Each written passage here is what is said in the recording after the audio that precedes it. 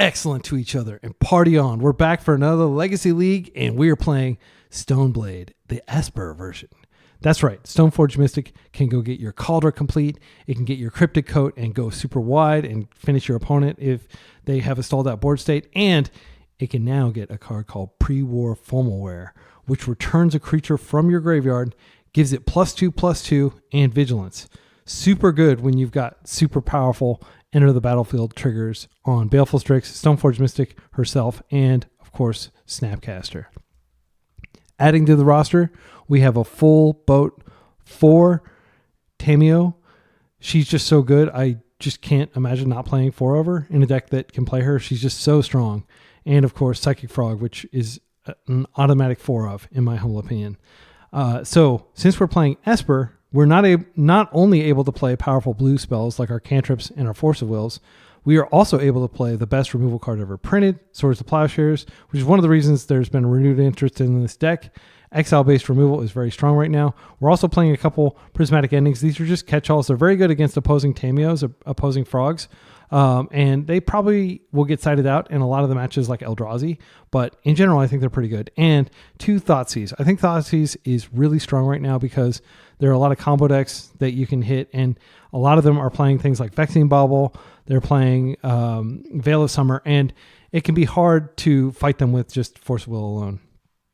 Speaking of fighting with Force of Will alone, we actually have a very small tempo suite in this deck. We've got a single Spell Pierce, a single Daze, and I don't think our opponents are going to expect either of these, and 2 Wastelands. Yes, we can potentially cheese because nobody is going to fetch basics against Stoneblade, and we can also use these to take out, Urza Sagas, Maze of Ith, a lot of other problematic cards that might come out. But this is very much just like we have a couple extra slots and we can fit some utility lands, and rather than putting Karakas or something like that, I'm like, let's just put a couple Wastelands in here. And then I basically guarantee you that we will always be able to convert this Daze because people are just not going to expect it.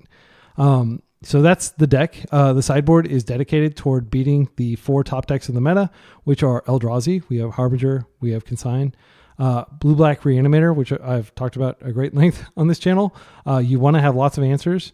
We don't have any main board answers, but we do have, Plow and Exile-based removal. So hopefully we'll be able to win game 1. But I'm much more bullish on winning games 2 and 3 with Surgicals.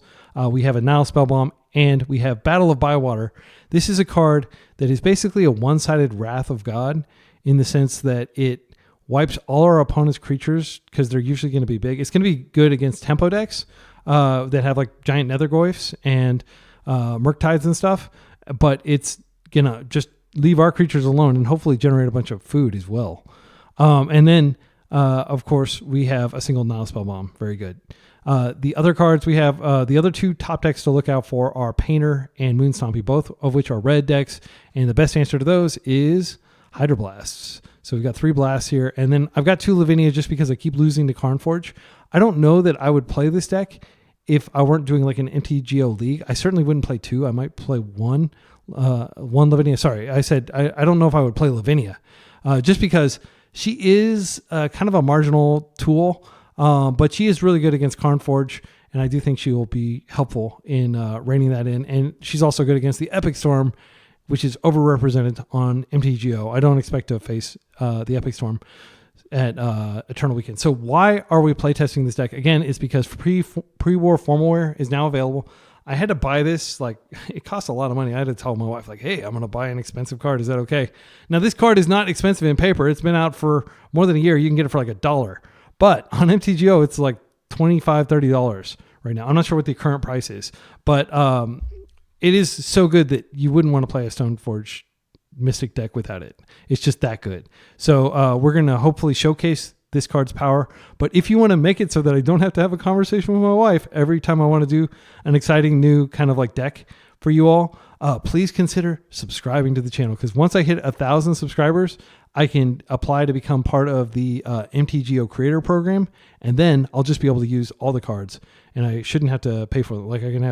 I could go play Eldrazi if I wanted to without having to figure out how to get Iowugans or borrow them from somebody, right? So yeah, that'll be really cool. Not that you can expect a lot of Eldrazi content, just expect a lot more Force of Will brainstorm content for me.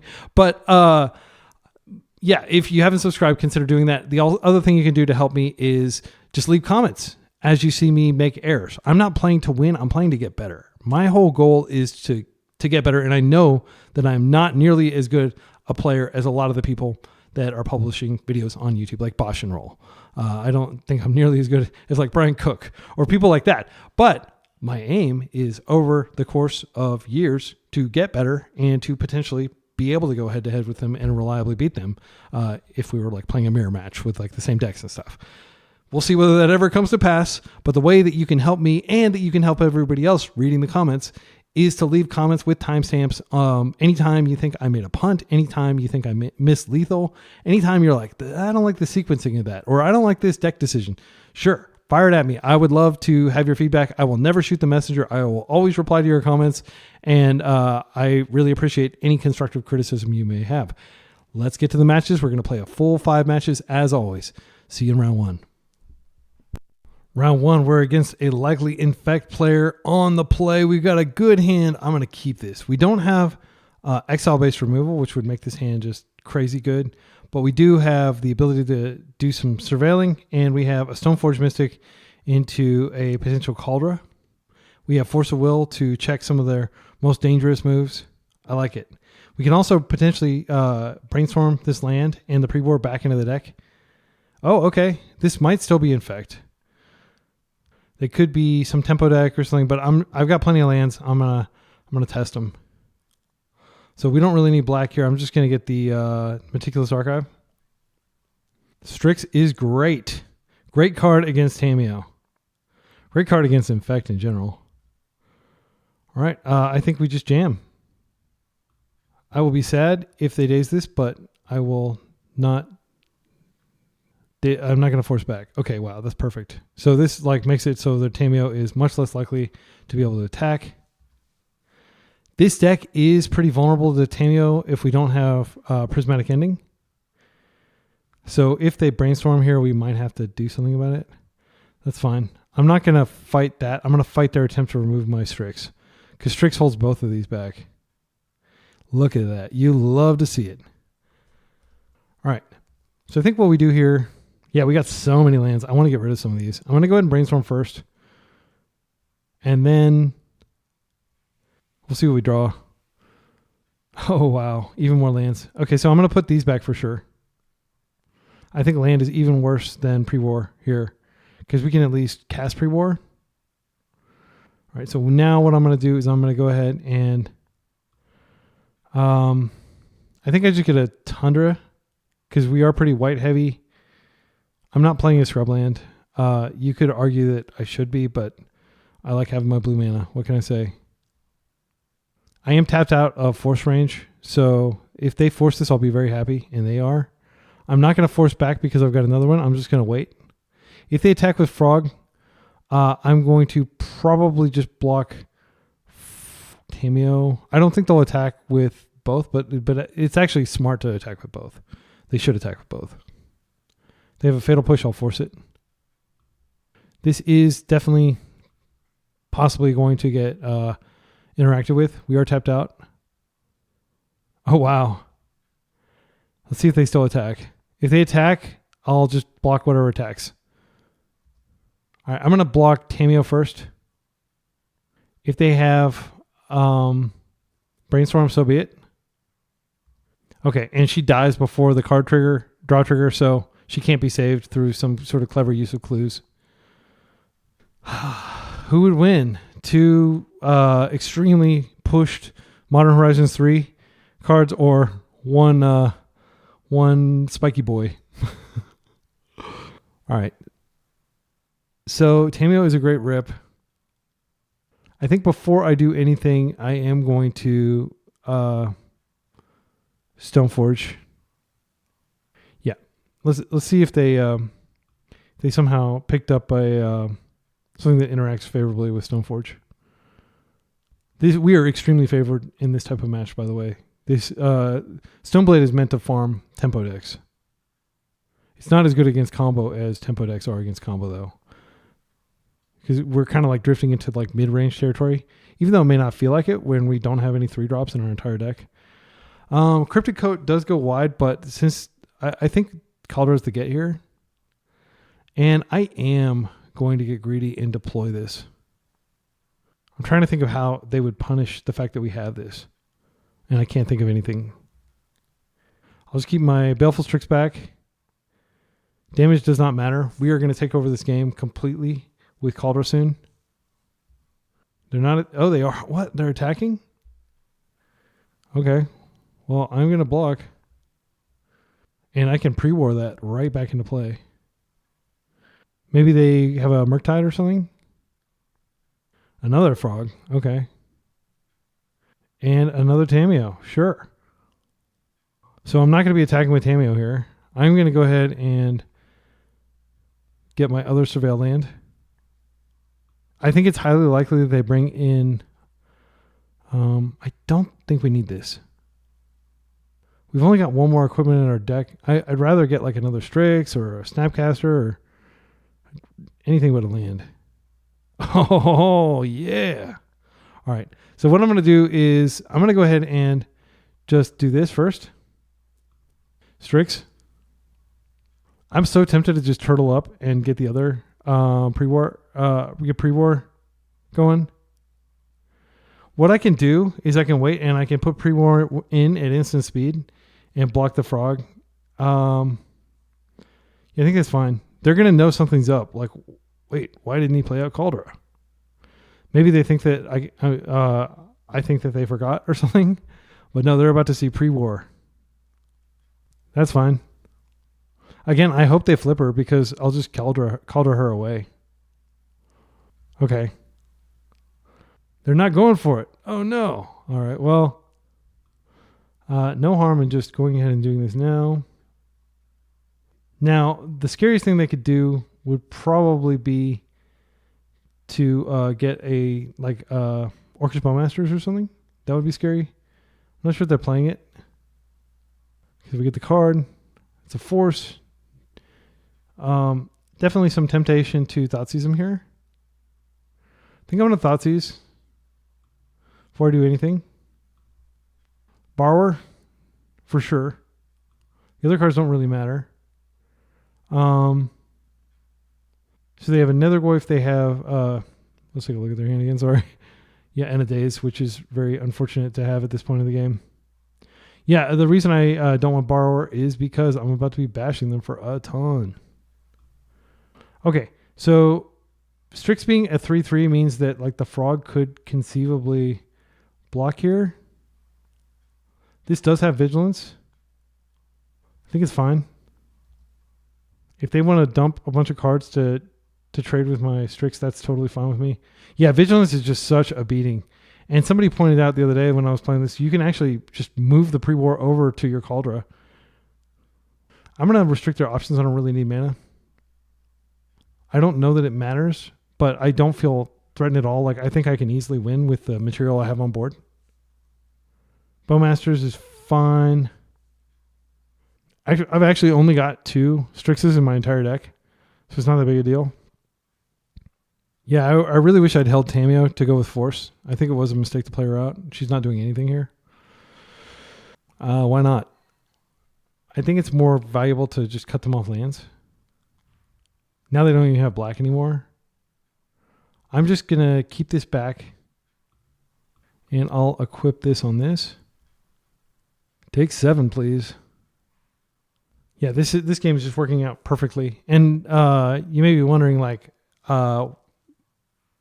did I just pick up Stoneblade because of pre-war or formal war? No, this is probably like the deck I've played more than any other deck. It's just that it hasn't historically been very good. Like Bowmasters got printed and that was, really brutal for us. But the meta has just shifted into a way where Plow is really good. Right, I don't know how they survive this turn cycle. I can actually Plow and remove their creature. So the trample damage still goes through after they block, which is absolutely brutal. Like, they would gain some life, but they would actually gain 1 less. So if they dump their entire hand to try to stay alive there, I just plow the creature so that they gain 4 life, but they take 5. So I'm not sure if that would actually push them over the edge, but yeah, we were probably winning that attack step. So the fact that the equipment's like, I like to call it, Voltroning, where you get like several equipment stacked up on top of something. Calder's very good for that. So we established Bywaters coming in. I actually, check this out, I created a sideboard guide. So let's take a look at what my sideboard guide says we should do in situations where we're up against what appears to be blue-black tempo. And it's simple. We just take out 1 force of will and we bring in the battle. And the reason I think this is good because of Nethergoyf and Murktide. It won't hit all their creatures, but it could hit like a frog if they make it big. Should be good. It does not kill our own Kaldra because our Kaldra is indestructible. All right, let's see if we can beat tempo on the draw. That is generally a vulnerable position to find yourself in. This hand is pretty good in that it has Baleful Strix. However, we did see that they had... let's think about this. So, I mean, what I would do... I don't like this Wasteland in the hand at all. I could go get an island and hope to dig. We're on the draw. I think this is like probably... Yeah, I think I'm going to keep this because if they open Nethergoyf, I'm going to definitely want to end that. Ending is really strong against them. And this is the deck that I put ending in the deck to face. Okay, so they're not going to turn 1 us with a turn 1 Tamiyo here. So they didn't shuffle. So I'm going to presume that they found a land here and that cheesing a Wasteland is not a good play. Oh, well, that changes things quite a bit because now we can potentially just play off non-basics. I think I'm just going to play the Wasteland. No, that can't be right. I don't have any turn 1 play, so I'm just going to play out this and reserve the right to get either white or black, depending on what they play. Well, I'm definitely going to get blue. So, yeah, I'll just go ahead and play this out. There shouldn't be any like emergency brainstorm type situations against this deck, so I think we're just going to be able to take our time and be careful. There's a brainstorm. I'm much happier that they're casting that now before Tamiyo hits the table. Okay, I presume they're playing all 4 Tamiyos, as in my humble opinion, blue-black tempo players should. There are some veins of blue-black tempo that don't play Tamiyo, but we've already seen our opponents playing Tamiyo. So another ponder. So they've cast three cantrips already. I generally try to hold my cantrips and not cast them all in rapid succession, but I don't know what they're looking for. They could be filling up their graveyard in anticipation of a giant Murktide. I do think because we didn't use any basics last game, it is quite likely that our opponent is going to go after our non-basics with they may bring in Harbinger, and I just don't want to risk it. So I'm going to fetch basics for the double reason of, oh, this is good. So check this out. I'm going to go get a Plains. Am I? I kind of want to get a Swamp. No, Plains is much more. No, I'm going to go ahead and do this. I'm going to get a Swamp. I'm going to get an Island. They're not going to expect days out of me. They may have Fatal Push. I'm not sure. I'm going to go ahead and go for this because this is the highest upside card here. If they have Push for Stoneforge, we are technically up a card. I think I'm just going to daze back. Next turn, we do run the risk of them just having Bowmasters, which would be catastrophic. I guess I could have let that happen, and then I could have just gotten Pre-War Form Warrior, because they're unlikely to have any sort of graveyard hate against me. Okay, it's coming in.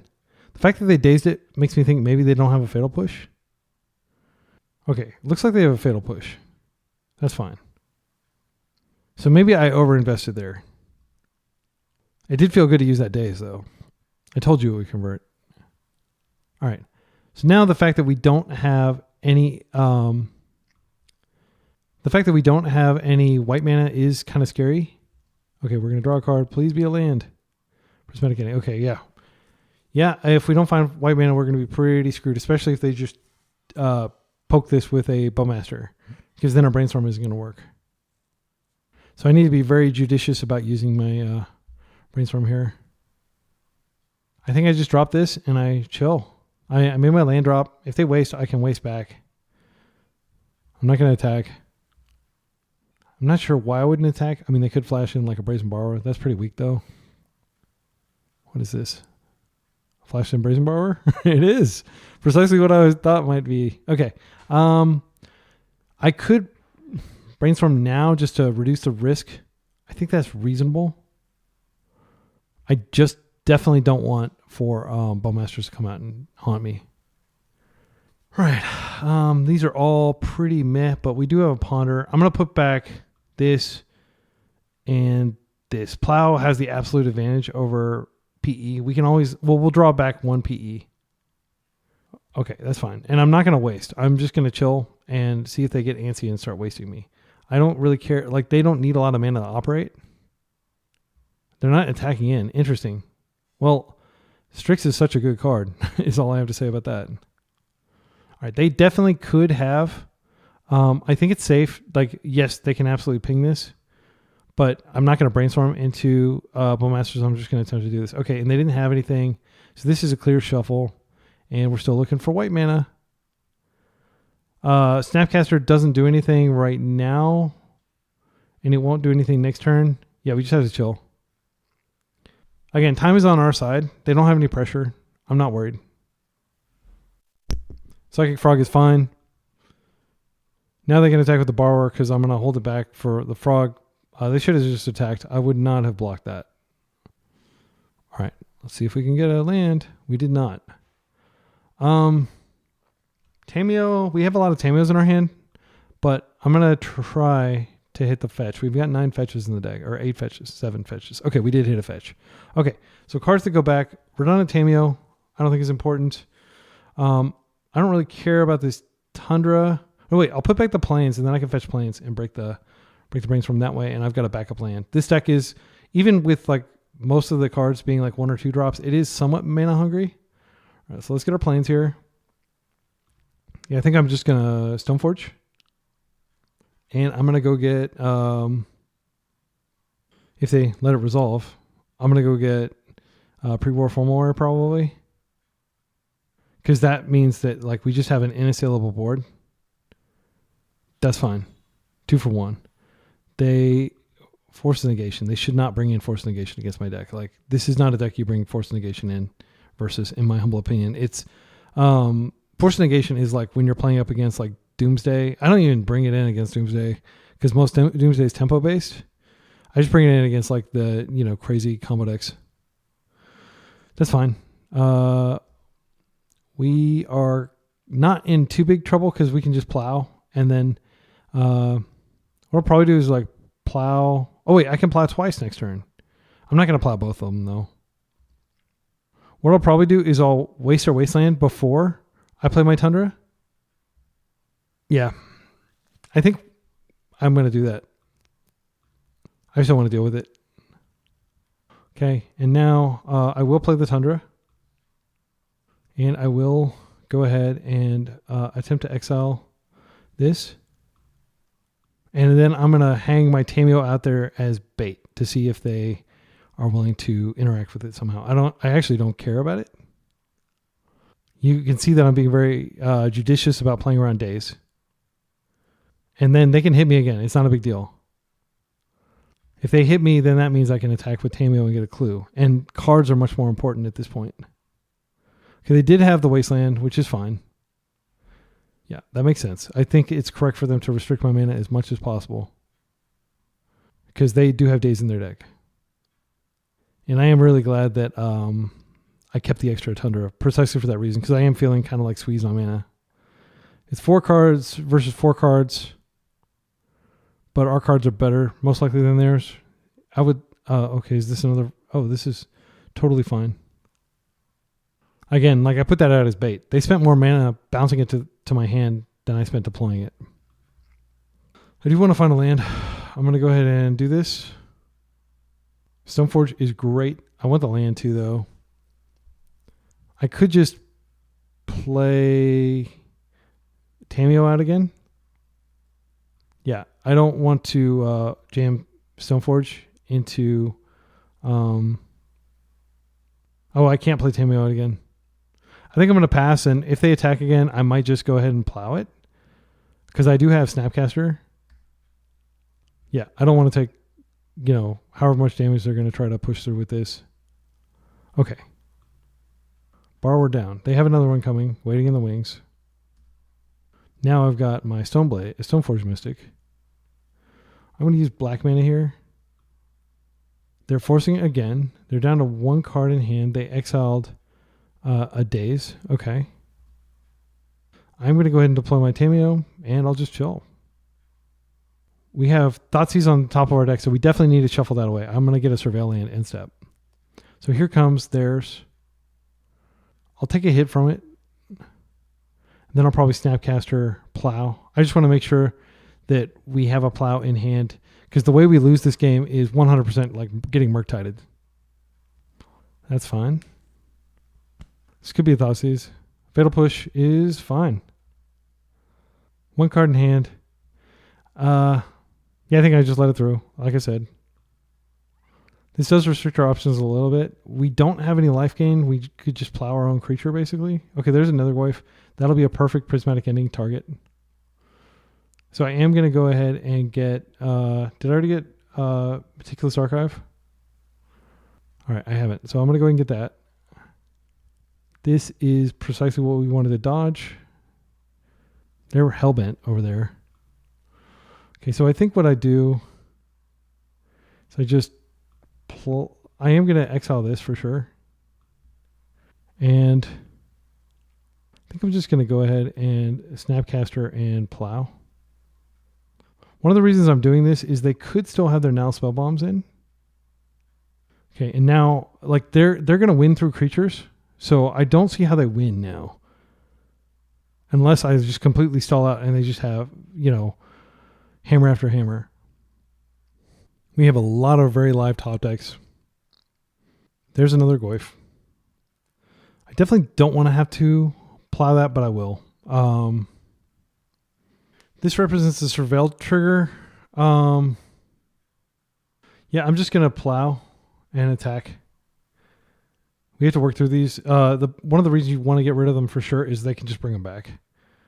They're not quite to the level where they can bring them back. So I am going to Surveil here. I think it's better than like holding on and waiting for a Brainstorm.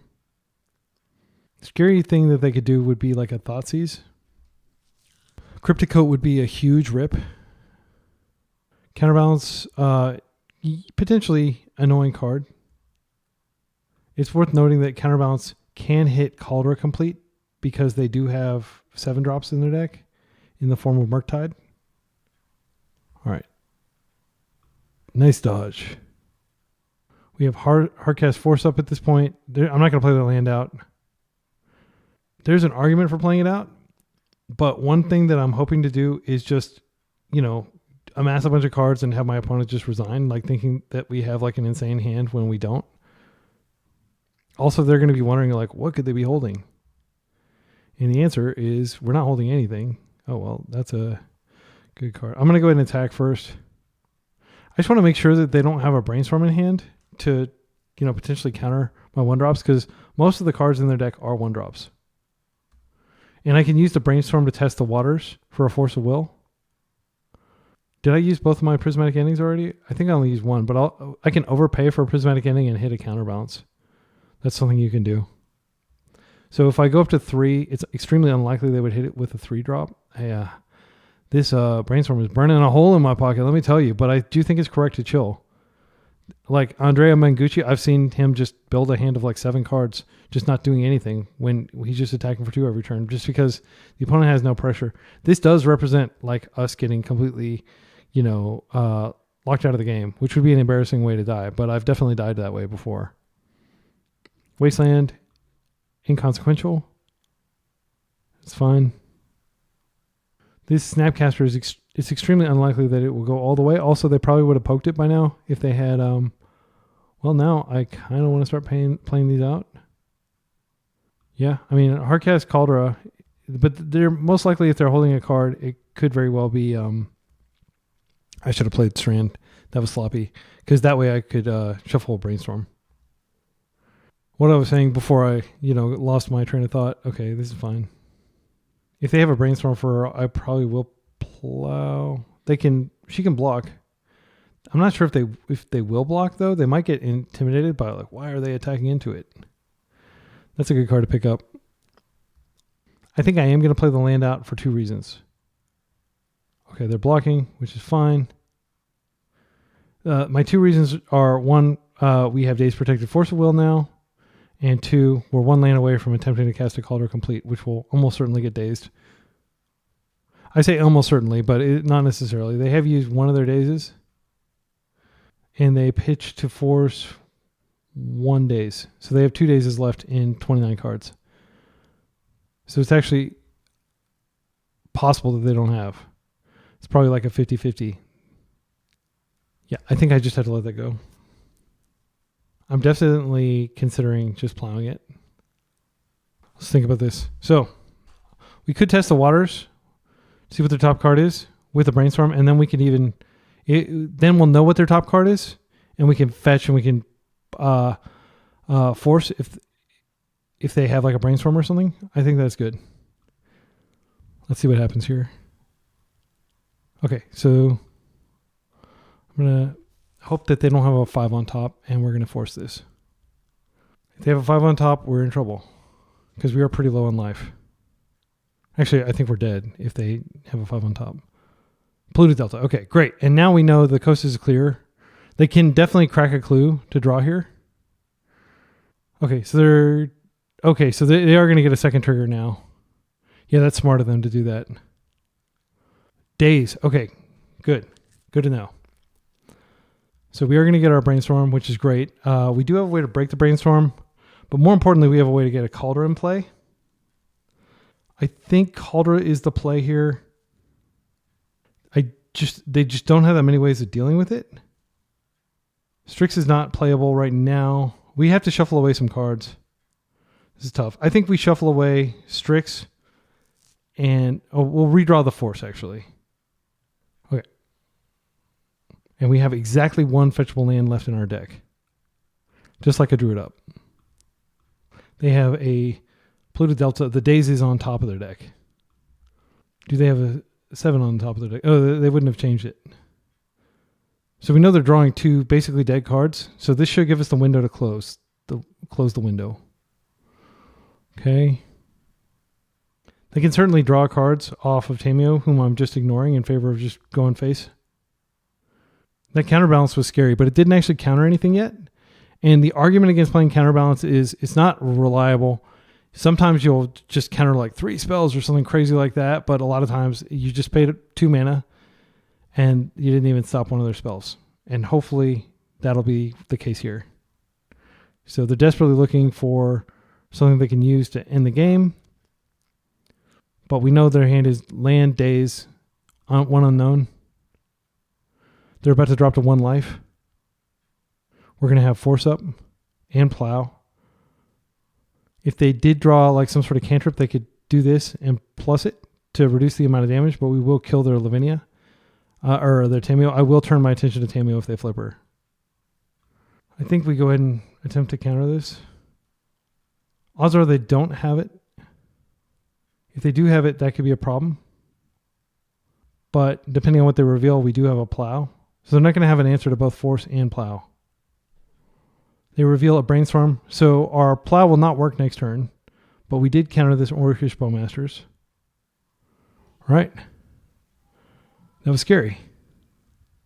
They're probably going to need to hold Tamiyo back and present another blocker. Or the thing to note is I can attach Caldera to Snapcaster. So even if they bounce that out of play, it's not the end for me. Tamiyo flips. So they would need to have an answer for both the Snapcaster and the Caldera. And when I say answer, they need to bounce the actual token or the Caldera complete. I can just recast it.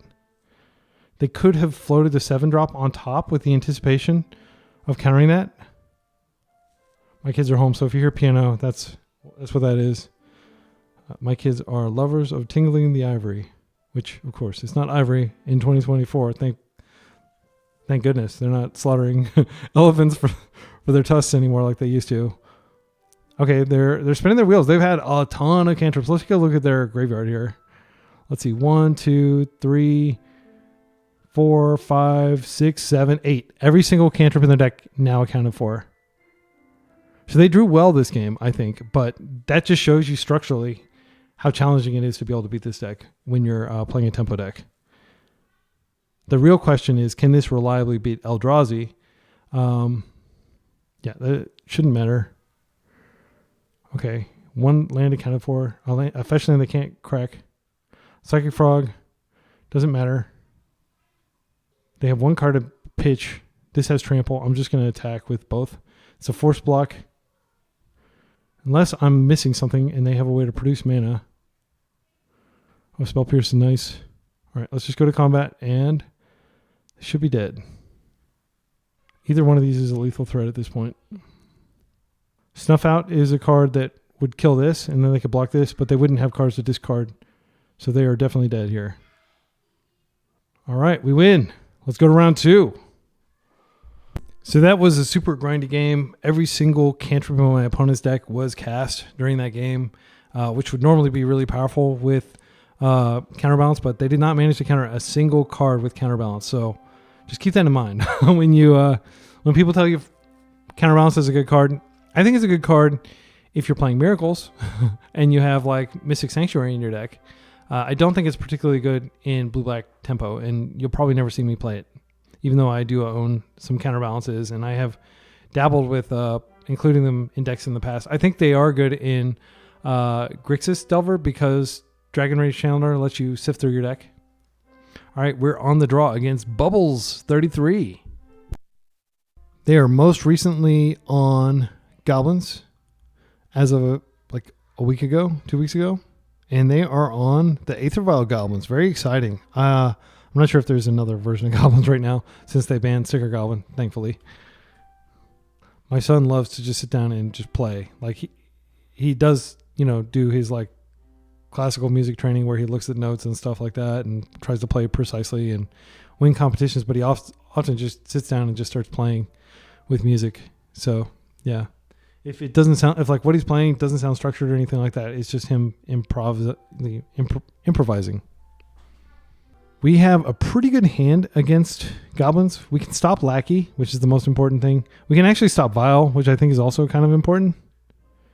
I think this is a keep, and then what we do is we probably open Tamiyo. I don't know. I'm not sure. Like Tamiyo can actually stop Lackey too, interestingly. Pretty much everything can stop Lackey these days. Cards I will force include Lackey. No, wait, I won't force Lackey, but I will force Vial. And I'll force pitch force. Okay, so now I don't even have an option of forcing. There's the Lackey. So our first turn is pretty prescribed. We're not going to risk them like somehow removing Tamiyo and connecting with the Lackey. We're just going to... Oh, that's an incredible draw. Yeah, this is pretty much like what you always want to do. It's just plow it. We could wait till their turn. I don't know if they have any combat tricks that could save it or make use of the body somehow in response. Double Cavern. So these forces are very much rotting in our hands. Okay, there we go. We'll force any non-creature spell they put on the stack at this point, which I think Vial and maybe some removal spells. I think I am going to, because I'm so lucky and I drew a Wasteland here, and because they were like a pretty heavy Lackey hand, I think this might actually be useful. Normally it isn't. But, they could have a Wasteland of their own, so throwing Underground Sea out there. Okay, and they do have a Wasteland of their own. This guy is problematic, for sure. Luckily, all of our removal is exile-based. We just need to draw land. That is a terrible draw. I am going to go ahead and play out Tamiyo just because she can block. And I don't think this will be able to kill her. And yes, this is a one-shot mana source, but it'll get the Wasteland off the table. They don't have a lot of mana themselves, so wasting is not free for them. Okay, and they're going for it. So this is just a 1/1 creature that buffs others, and when it dies or another goblin dies, it has kind of like a... Oh, that is so going to get forced. They don't seem to have any other land. Fury? I don't think... I'll be amazed. Let's see how many Furies they have in their deck. I'm going to cheat and look at their deck. This is not necessarily the deck they're playing right now. I don't see any Furies in this list. But the only non-creature spells in the list are Aether Vial. I think this is as good a place as any to pitch Fury. We're pretty far away from casting this Cryptic Coat. And then I'll just hope to generate some tokens. I don't care if they attack me for 1. That's not a big deal. I just am going to fly over their head and create some clues and do some investigation. And we can even crack that clue. How precious. So this is not going to be able to get a basic. This is, well, I guess we could get a swamp. I'll just see what they do here. If they untap and slam a wasteland, then I'm just going to get the swamp. Okay, Bogart Bog. They're not even going to take damage to play it, which is great. They should attack us here. I think I'm going to go for the Underground Sea here. That's the highest upside. And I'm just going to crack the clue. We can surveil later. Oh, that's great. This is... And Daze is terrible. I'm going to start by attacking, and maybe if they have some sort of like snuff out or something, they'll use it here. No? Okay. So we don't have any creatures in our graveyard to get back with pre-war. I think we just have to put Kaldra into play. That's the path forward. I am really glad that I've pitched Force here. Or that I force pitched my Cryptic Coat to be able to keep Tamiyo alive. She's already drawn potentially 2 cards, maybe more. They are drawing land now, but now they only have 1 card in hand. They said, what a double draw. The Natural Swords G1 on the draw. Yes, it was super lucky. I'm recording so you can see my reaction if you want later. Okay. All right. They shouldn't attack in. I will 100% block this if they do. Like just trading for a random card off the top of the deck, I don't think is the right play. All right. And whenever your opponent says something super lucky, the correct response is yes, it was super lucky. You don't want to get into an arguing match or something like that. All right, so we're going to put the Kaldra in. Oops. Let's activate. Kaldra comes in. We are going to close this game. And we'll create a clue too. Again, I don't think Daisy is going to do anything this game. It'll hopefully be like shuffle back in with Force of Will. They're at 17. The great news is because we were able to force Vial, we don't have to worry about them like EOT putting something nasty into play. So they're surveilling. Raucous theater. I love that word, raucous. It's so cool sounding. It's one of those words that sounds like the actual sound. All right, here comes something. Mog War Marshal. So they're going to get some creatures, which these are very good. This is like a little mini combo. Next turn it'll die. It is a 2-2. This is a 2-2. If I can plow this, then it does do a lot of damage. Or exile it some other way. I'm going to go ahead and dig. So these are good cards for sure. Psychic Frog is not phenomenal here though. Brainstorm. I'm gonna try to high roll. We didn't get there, but I'm not gonna say no to mana when we're generating clues every turn. I'm just gonna attack. I'm not worried about them winning through combat damage at this point. I've got a chump blocker here. They should chump here because they're not going to be paying the echo cost. We'll see what this reveals. Unfortunately, I didn't think about this, but I could have cracked the clue to get another look there. That was sloppy. What did they reveal? A wasteland. Okay. And I think they can only play goblin spells, right? Dies. Excellent. If it's a goblin card, you may cast it. Okay, so they can't play that wasteland, which is nice. Actually, yeah, it's too late. I don't want to flip Tamiyo. Flipping Tamiyo would be good though. Yeah, it was kind of late. Like that was just sloppy on my part. I missed the clue crack thing. What I should have done is attack, created the clue. Okay, now they can generate a lot of mana. So we're not out of the woods yet. They could Muxus here. They'd have to sacrifice everything to Muxus. Okay. They're flipping Ringleader. That's a good card. They're flipping. Okay, another good card. Scalding Tarn. Okay, they can't use that. They do have the mana. They're sacrificing him to himself. Okay, interesting. Fury entered the exile zone, but that can't be played out. I think it has to be a goblin card. This is one of the reasons why their deck is almost all goblin cards. They do have Muxus. And it was cast off of this. Can't be countered. Okay. So that's unfortunate. Yeah.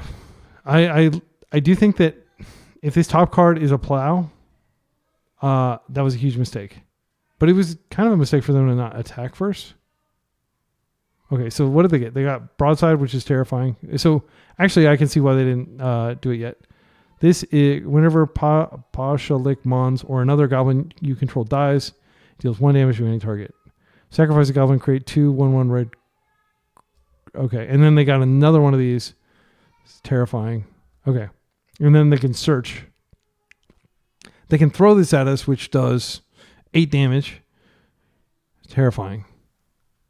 I think I am going to go ahead and crack a clue here. I should have done it before they actually attacked, though. Would have been, it would have been plow. I could have stopped all this. I could have stopped all of this. Okay. I am going to go ahead. It can throw itself. Another. Yeah, I'm just going to hit that. Like, I don't want to take, just tons of damage here. This is a 3/3. It would throw that. They may still throw that.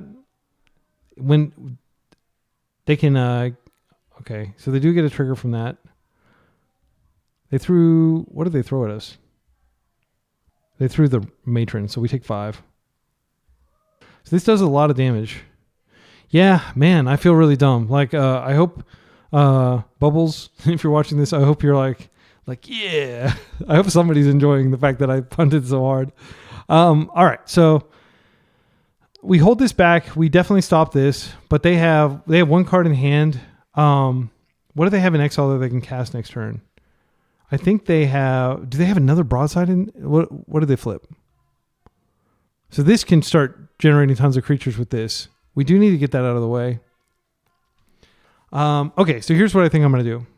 I think I'm going to go ahead and attack with Tamiyo, and then I'm going to flip her. And then this, combined with all this other stuff, can maybe slow them down. Yeah, I don't think it's correct to attack with this. This can kill anything that attacks. This will get huge when it attacks.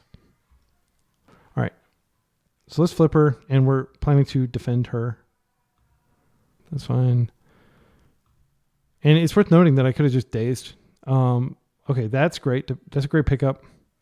We can't do anything about that now, but we will be able to next turn. I'm just going to chill and hope that we live. I don't think we will. I think I played really carefully, and I got all the cards. My deck has given me everything I've asked for and more. But, yeah, here's the broadside. Are we dead? We're not just dead. Let's see. Because we can block this, and I will block this. It'll get debuffed, but that is 8 damage here. This doesn't have haste or anything. I think we actually are dead. Because we can't block both here and here. So if they do this correct, and I presume they're going to do this correct, they're not like born yesterday. Yeah, we'll just see if they punt somehow. But yeah, this super feels bad. If I had just cracked that clue, I would have had the plow. I would have been able to hit the rune belt. Yeah, and now they throw it and we die. Because we take 2 plus 8. Oh, and they can do damage with this too. I forgot about that. So we're like extra dead. All right. Well, that was educational. Again, I apologize to you all who are watching that had to sit through that punt. You're probably like, why don't you draw another card? It might be a plow. And it was a plow. Such a beating. Okay. So this is a red deck. We do have our blasts that are coming in for sure. This is not a card that I would generally bring in against them. Battle of the Bywater. It does create food token. It might be able to hit some of their creatures. I'm trying to think do they have any creatures other than Muxus himself that warrants that? I don't think they do. I mean, like this does shut off. Yeah, I don't think Consign or Harbinger are correct. I think we just take out the forces. Force is pretty terrible. Everything else is great. Oh, Thoughtseize is pretty bad. I think we take out the Thoughtseize and we leave the forces in. Force is not terrible if they don't have caverns, but it is pretty terrible if they do. Oh, Spell Pierce comes out for sure. So I'll just take that out. And yeah, because like literally the only non-creature spell they have in their entire deck is Aether Vial. Right. Yeah, that was I will tell them that they definitely want to watch the video now. All right. This is freaking insane hand again. Let's keep it. So we have basic planes into Stoneforge Mystic. And we have Force of Will, which, you know, assuming that they don't have their card. And one of the reasons we have Wasteland in our deck is because of cards like Cavern of Souls. And yes, I do think white is more important than blue at this exact moment with the current composition of our hand. I think I'm going to go get another blue-white source here.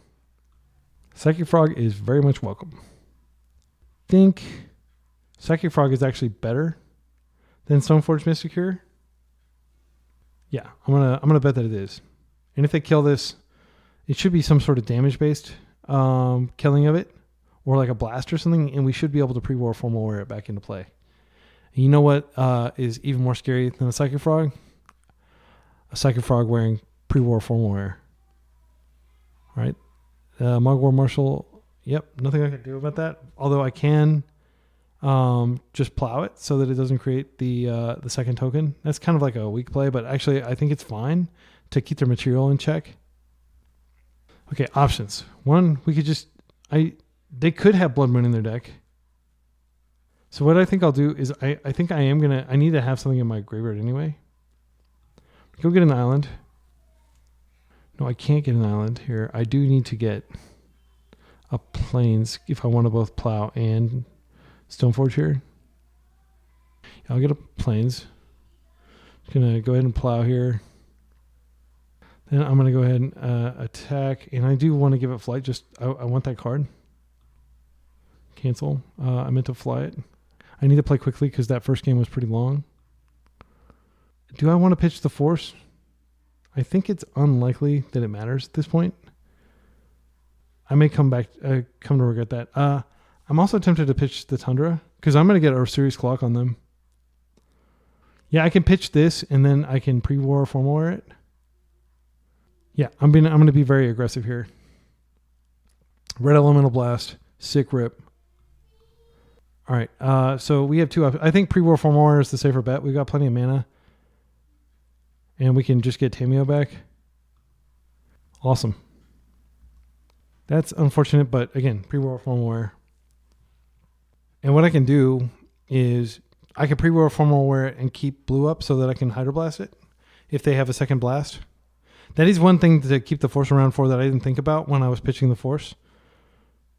Yeah, I in retrospect, I do think my line was greedy and it was unnecessary to pitch the force.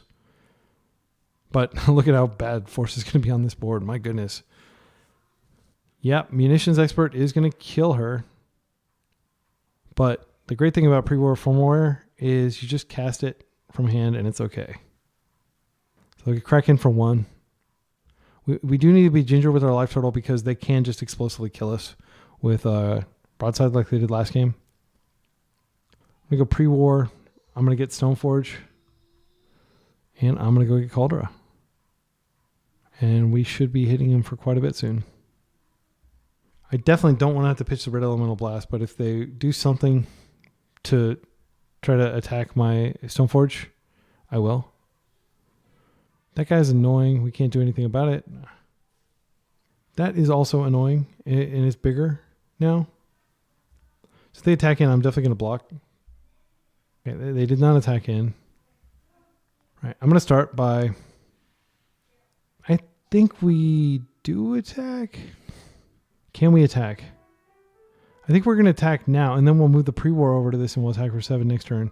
I don't think they'll block this. They may block, but it's got trample. I think we want to be the aggressor here. That's my instinct. That's fine. Sure. And you're going to get a trigger here. They revealed a Badlands. Okay, that's very lucky for us. Yeah, I'm not going to brainstorm on the off chance that they don't go after my land. If they do, I might fire off the brainstorm just to make sure that it doesn't rot in my hand. Okay. Sing Scourger. That is pretty annoying. Yeah, we can't do anything about that. That's a great card for them. And now we're in serious trouble. They're attacking for 8? 9. I kind of think that we do this. It just saves us a lot of life They do get a triggered ability. Sling Gang. Uh-oh, that's serious. They can cast that next turn. I think it's till the end of your next turn. Yeah, so we got a Sling Gang commander coming next turn, which is going to be absolutely terrifying, but they didn't waste us for some reason. All right. I think we brainstorm here. What are we looking for? We don't have anything to bounce this back to hand. Stoneforge can get a Cryptic Coat, which can attack in. I'm going to put the force back. I'm going to put one of the lands back. I'm going to go fetch an island. Now I'm going to ponder. There's no reason to attack here. They're going to let that go anyway. Psychic Frog is too late, and it's also susceptible to Red Blast. I don't think it's worth keeping those other cards for that. Okay. Yeah, I guess we could have taken the Psychic Frog, and then we could have just done this. So that was kind of dumb. All right, so I acknowledge that was a punt. Like, Psychic Frog is probably better than just a random card off the top of our deck.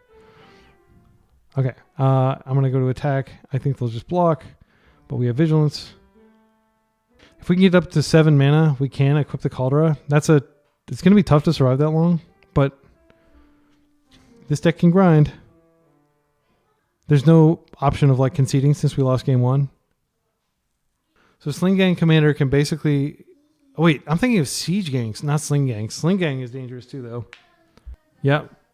They got all the cool retro borders on these. So this can throw it at... Is it at any target or target player? Okay. Thinking life with this. That is totally fine. Just going to block that and block that, and they're just going to throw them at me. Yeah, we're going to take a ton of damage here. I will be amazed if we can somehow survive long enough to get to 7 land. I don't know that we can. 8 life. So they've got 5 damage on the table already. That was not a good draw. We can get Surveillian, though. I think that's better than just drawing jank. I will flash Violin Cryptic Coat in step to block something, but they're going to be able to throw these at us. Unless we can somehow get rid of this, we're in serious danger. The fact that they're drawing lands also gets them closer to Muxus. If this is Muxus, we're super screwed. I'm just going to concede. Yeah, good games. They completely destroyed us, and we totally threw game 1. I think, this structurally is probably like a 50-50 matchup. I mean, they do have like powerful stuff. This is not like aggro. They're just saying that I often repeat, like, non-blue fair decks will almost always beat blue fair decks. And so I would say, this might be it might be a 50-50 matchup. I mean, we have lots of tools, but they also have very strong tools to beat fair blue decks. All right, let's see how round 3 goes. We're on the play in round 3 against a likely Eldrazi player. I'm going to mulligan this no-lander. I'm going to mulligan this other no-lander. We're catching the bad side of variance today. This is a perfectly... it's not a great hand. I'm not going to sugarcoat it. This is pretty bad, but I'm going to keep it because I'm not going to go even lower. We'll put back 4 more. I think we keep Prismatic Ending. It's our only interaction. If they are... Oh, Snapcasters is a later game card. So yeah, we'll just play Tamiyo, and I don't think it's going to get us there, but yeah, I'll play it off Underground Sea. If they waste an Underground Sea, it doesn't affect us, but then me getting Tundra and them wasting that would negatively affect us. We'll see what they're playing, if they're actually on Eldrazi. I mean, I still would have mulliganed those no-landers either way, so. All right, this is not Eldrazi. Blue-black tempo, Reanimator. Okay. That's fine. I'm happy to see that. I'm going to waste that for sure because I've got nothing else going on. Spell Pierce are one of. Let's see if it does something here. Of course, had I known I was going to draw a Spell Pierce, I would have waited a turn probably. I don't want to Spell Pierce a Ponder. Maybe I should have just because this might help them find land. If they shuffle, then I can probably presume that they're low on land and they're looking for land. Okay, they didn't shuffle, so I don't think Spell Piercing that would have been correct. If they're on Jeskai or something, this Spell Pierce is worth its weight in gold. I'm going to go ahead and start by, I'm going to play going to play this out, and then I'll ponder. And then we can just chill, and because we don't have anything else we need to cast this turn. This is ridiculously strong. So I'm not going to cast anything. I'm going to try to take all 3 of these. Well, I won't take the Undercity Sewers. So I definitely want the Psychic Frog more than I want the Thoughtseize. So if I have to Spell Pierce something, it's not the end of the world. And if they waste me for some reason, I do have the option of just drawing to the Surveil Land. So usually Jeskai control doesn't have anything worth piercing at 2. You pierce the 3 drops. So what I'll probably do next turn is just Thoughtseize. And if they interact with that, I can Spell Pierce. But if, like, I want to know for sure whether they're on Jeskai before I start committing permanents to the board. Okay, so they're definitely on Jeskai. They have a freaking strong hand. Snapcaster Mage is the take here, just because it represents double spelling, and I don't think they have a way to get it back. We're just going to have to... So, okay, option. Next turn, so we wait a turn, and then we have Psychic Frog, and then they plow, and then we Spell Pierce the plow. I think that's the way, but Snapcaster is definitely the card that we take here. Unfortunately, Prismatic Ending is almost completely dead in this matchup. I mean, yeah, you can take a Snapcaster after it's already had its beneficial ETB, but... So I'm just going to wait yet another turn. I'll just Surveil here. Still, they don't know what we're doing. They probably presume we're Blue-Black Tempo or Blue-Black Reanimator or something. So it is nice. Yeah, and that's a great card to leave on top. So next turn, I'm going to make my move. I'm going to... Okay, please cast a 3-drop. I will pierce this. If this sticks, and if they do force to defend it, then I am not going to want to draw the Ponder. I'll just shuffle the Ponder away. I think they're likely to force this. It's also worth noting that... Oh, that worked? Okay, so their hand, as we currently know, is Force, Plow, Brainstorm. But now we can't play out the Psychic Frog anymore. So I think we do just draw the Ponder. I need the way you win this matchup is you just get a whole bunch of favorable 2-for-1s. I'm going to go ahead and Ponder here. I'm looking for Stoneforge. This is a very easy hand to shuffle. Strix is precisely the kind of favorable card that I was talking about. I am going to go ahead and play into possible... back to basics here.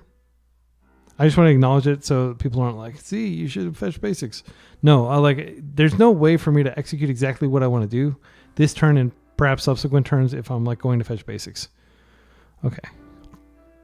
And also it's worth noting that even if they do back to basics, it's going to lock down one of their lands and I will draw enough that I can eventually PE that, but like realistically, they're going to have force for that.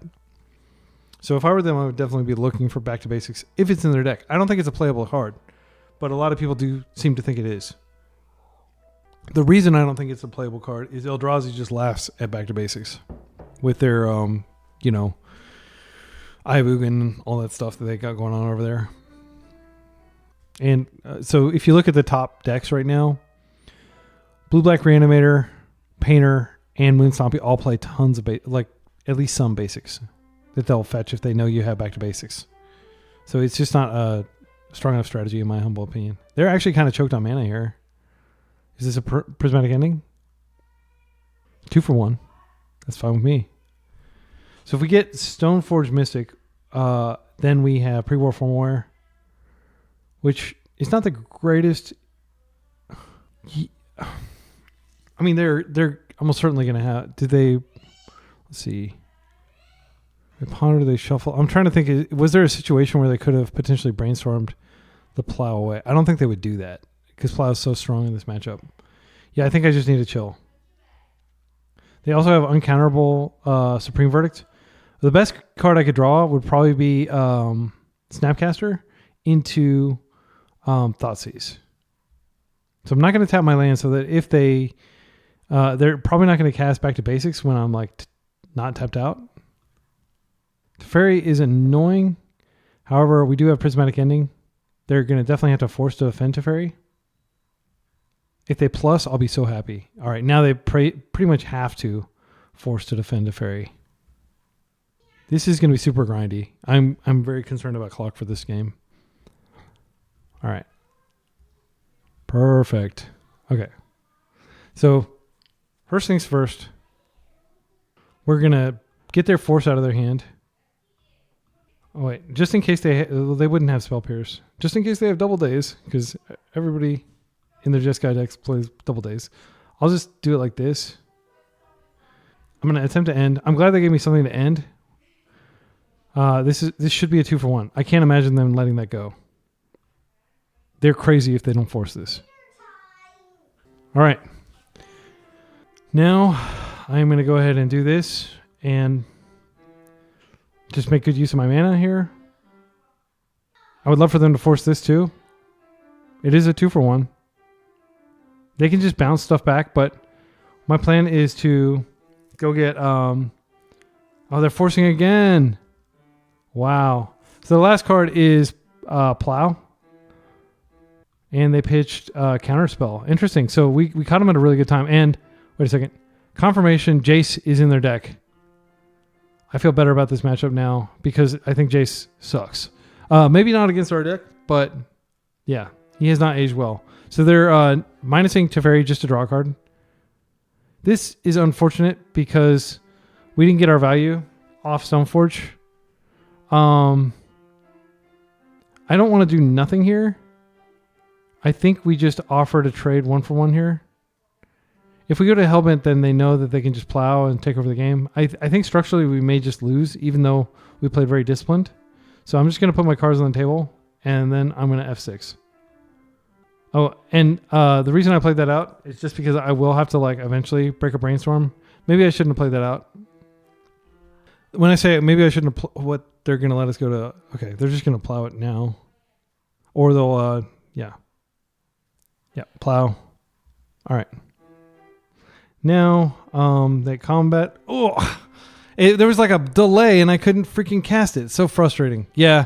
It was just like a mechanical thing. Like I was like, okay, I click okay. Why? And I think there was like some sort of lag in my system. Yeah, that sucks. Cause I definitely would have wanted to have a borrower in play here. It's not going to matter, but yeah, we would have gotten a card there. Yeah. This game's over. Okay. So they are playing red somewhere in their deck. Maybe. We didn't see any mountains, so they may not be playing red. We don't really have anything for this matchup, unfortunately. We just have to outvalue them. I don't think Lavinia comes in. She's just not good enough. I'm not going to take anything out. I think... Well, I think I'm going to take out some plows. And I'm going to swap them for Hydroblast. They have to have... Unless they're doing straight blue-white, I just struggle to believe that they wouldn't have something going on. Yeah, I think we just run it like that. Well, the ideal thing is you split one blast, one blue, one hydroblast, one blue, and one blast. It's a very minor thing in case they like surgical you or something. Yeah, I'm just going to do that. So Stoneforge, I think, is favored because we have two favorable 2-for-1s. They have favorable 2-for-1s that are planeswalkers, but our favorable 2-for-1s can attack them. So I wonder if I'd been able to resolve the Strix. They probably just bounced it. They would have had to kill Teferi to bounce it. And he could have attacked in and like taken a loyalty off Narset. And then when they activated Narset, they would have. So that was consequential for sure. That me not casting Baleful Strix there. And again, like I had every intention of casting it. It's just like there was like some weird lag in the system. I think maybe they just took a long time to pass priority. And my reflex was to pass priority myself. Thinking that like it hadn't received my input. And yes, we're going to mulligan again. The third no-lander of the match. We're going to keep this. Yeah, and mulliganing is horrible against their deck. Like, it's really, really bad to mulligan. And the reason is because I probably should have kept that just in case they have Tamiyo. Yeah, that was loose. Okay, so I'm definitely going to fetch basics this game. I don't need to not fetch basics. I've already got basics in hand. I mean, I could get Surveillance. The reason mulliganing is so bad is like every single card matters. It's fine. I will say this. I'm very happy that we're playing against some fair decks for once. Because I think one of the leagues I played the other day with 5 out of 5 decks were combo decks. You know what? I am going to get this Rebellion. We're down a card already. I'm just going to live in the world where, they could potentially one-shot me with... yeah, and I'm glad I would have kept that, but I wouldn't have had that on the top if I hadn't shuffled. So now, this is a very powerful interaction in the sense that we can just plop her out there, and then we can protect her with Brainstorm. And there's certainly a chance that they just do a second removal spell, or that they counter the Brainstorm, but it is value positive for us. Unless they counter it with actual factual counterspell, which they could be playing here. They're brainstorming. This doesn't tell us anything. It tells us they don't think that we have days in our deck, because they can just play a fetch afterward. If they had some greedy keep where they didn't have enough lands, that will be mana from heaven. And by the way, the reason I didn't play the fetch earlier, just a minor optimization, I played the Underground Sea first, just because I am planning to get a perfect Brainstorm when I eventually flip this Tamiyo. I'm in no hurry to flip the Tamiyo. It's actually really beneficial for me to not flip her, because once I flip her, then she just dies with a single Prismatic Ending. But while she's on the board attacking, she's creating clues, and clues are how you get incremental advantage in this matchup and potentially pull away. Pyroblast. So there is red. I'm glad I brought the blast in. I wish I'd brought all 3 in. All right, do you have a force? This is great.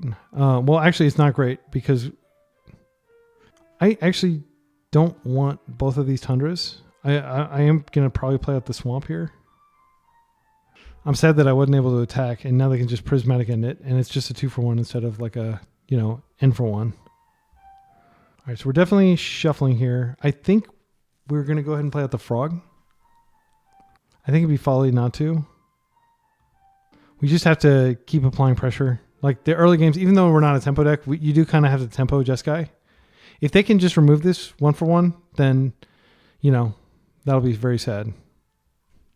It's worth noting that Tamiyo can't bounce it now. Or Teferi can't bounce it now. Narset would be sad. Narset is sad. Okay, let's see what they get. I will pitch lands to get enough loyalty off of Narset that she dies. Back to basics. Okay. So, that sucks. All right, so I'm just going to go get a Plains. Now we're going to draw, and I'm going to pitch pretty much anything I draw. Yeah, I'll definitely pitch Redundant Tamiyo. I'm going to cash this in. Well, let me make sure that they don't have some sort of way that they can kill this. I'm definitely going to be playing that out. And I'm just going to discard this. And I'm going to discard this so that we can kill Tamiyo here. Ding Dong, the Witch is dead. We get a draw trigger. We got a Plow, which is not a great card. But Brainstorm is a good card. I'm going to go ahead and minus this. Get a Brainstorm, so at least we've gotten some value for Tamiyo if they just Prismatic Ender next turn. Right, and if they play out back to basics, we don't actually have a basic island, but we have basic plains and basic swamp. So we've got 2 of our 3 colors. But back to basics would be a pain.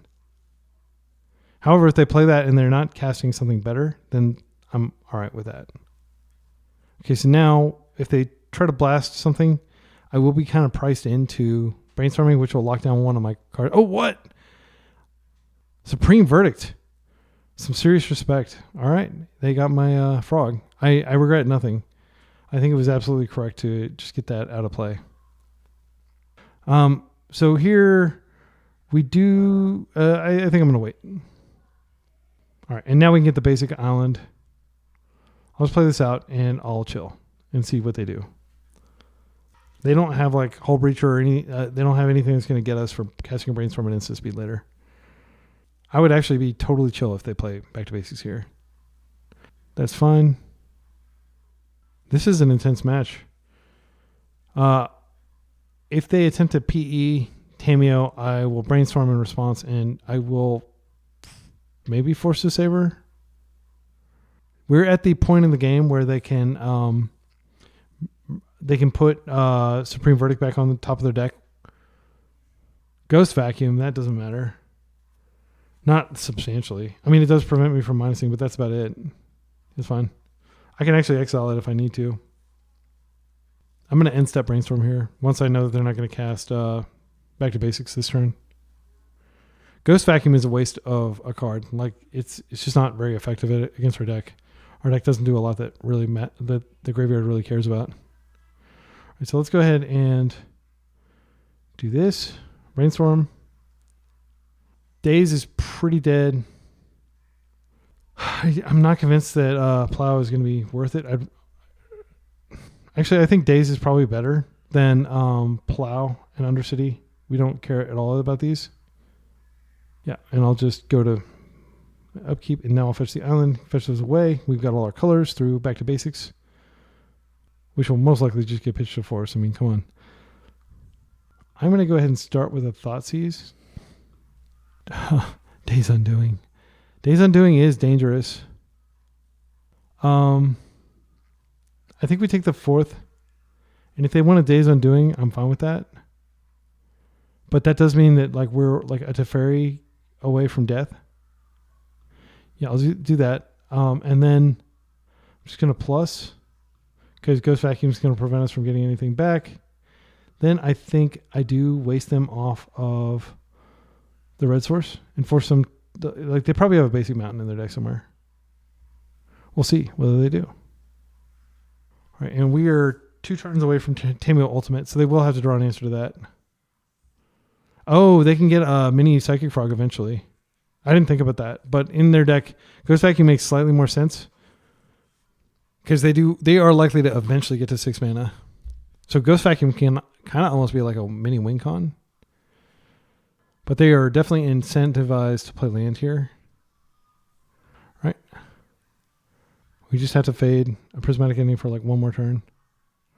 Plus here, again, there's no point in ever minusing her, and I'll Strix. Again, carefully not tapping any of my non-basics. We draw a card. Tamiyo is good, but we'll just chill. She's going to be force fodder. I'm not going to risk them killing one of my Tamiyos by, Days Undoing. Actually, I don't think it would, because she wouldn't see the trigger. The turn would end. They're putting lots of cards under here. I think that's fine. I'm just going to Prismatic End it, assuming they don't have a force. If they find a force here, that'll be super tilting. They're thinking very hard on this. They're looking at 4 cards and trying to decide which one to take. They took Counterspell. All right, so I think we're going to be able to win. Because Counterspell, unless they drew a force that I don't know about. All right. Let's see if they want to make us play this out. I think I'm going to start by just Thoughtseizing. Okay. I think Days Undoing is actually the scariest card because I get rid of our hand. So let's take that. Now I'm going to attack. And I don't really want to play a lot of stuff out that might cause our lands to be tapped down. Let's see. We've got a lot of force. We've got Spell Pierce. So I think the correct play, all our lands are non-basic at this point. Did we draw a Wasteland? A Wasteland would be good. We did not get a Wasteland. So I'll just play out a land that I know can actually fetch because I'm not going to count my lands real quick. I definitely want to have that land online next turn. Yeah, I'll just pass. I'm going to play slow and carefully because if we lose from this position, it'll be incredibly embarrassing. That's fine. Exiling my card. Just moving all my permission over to here where I can easily see it. Okay, looks like they're just passing. Okay, we have to scroll all the way over here to see what we drew. It's just a land. I'm going to go ahead and play out a Psychic Frog. I think I play out 2. If I play out a Psychic Frog, they may be able to kill 2 of them. How many Psychic Frogs do I have? I have 2 Psychic Frogs. These represent the most immediate way to win the game. But they both die to them returning, to the top of their deck. So I'll just go black, blue, boom. And I'm trying to think if there's anything else I should do. I could go ahead and get Stoneforge Mystic. I think that's fine. just to get something else into my hand, and another way to get a lethal attacker into play. It won't be lethal, but eventually lethal is what I mean. Okay, you have yet another equipment. Yeah, we can grab that, and we can pass after we attack them, of course. So next turn, I'll just attack for lethal with Frog. And I'm just playing extra careful because I know the back to basics is in their hand. I don't really want to deal with it. I think it's fine. I'm just going to let it go. I don't want to use these forces unless I absolutely have to. Because these represent like the advantage that we accrued is really in the forces when we Tamiyo'd. It's fine. So I believe they still have a wait, they already used the plow. So they have a back to basics in their hand and an island. That's all I know about, I think. That's fine. All right, so I'm just going to go ahead and incept this. Oh, wait, I can't. Okay, sorry. All right, so I think here I'm just going to go ahead and put this into play. All right, and I'll just attack with both of these. It is noteworthy that even if they Supreme Verdict, they're not going to be able to kill my Phyrexian Germ. So I don't think they're going to block anything here. And now I'm just going to deploy my second Frog. Again, just being very conscientious with them being able to potentially... I think that this is just a Spell Pierce. They're down to one card. We have double force. I think we're probably okay. Their last card, I believe, is the Back to Basics, which is pretty useless here when they're facing lethal.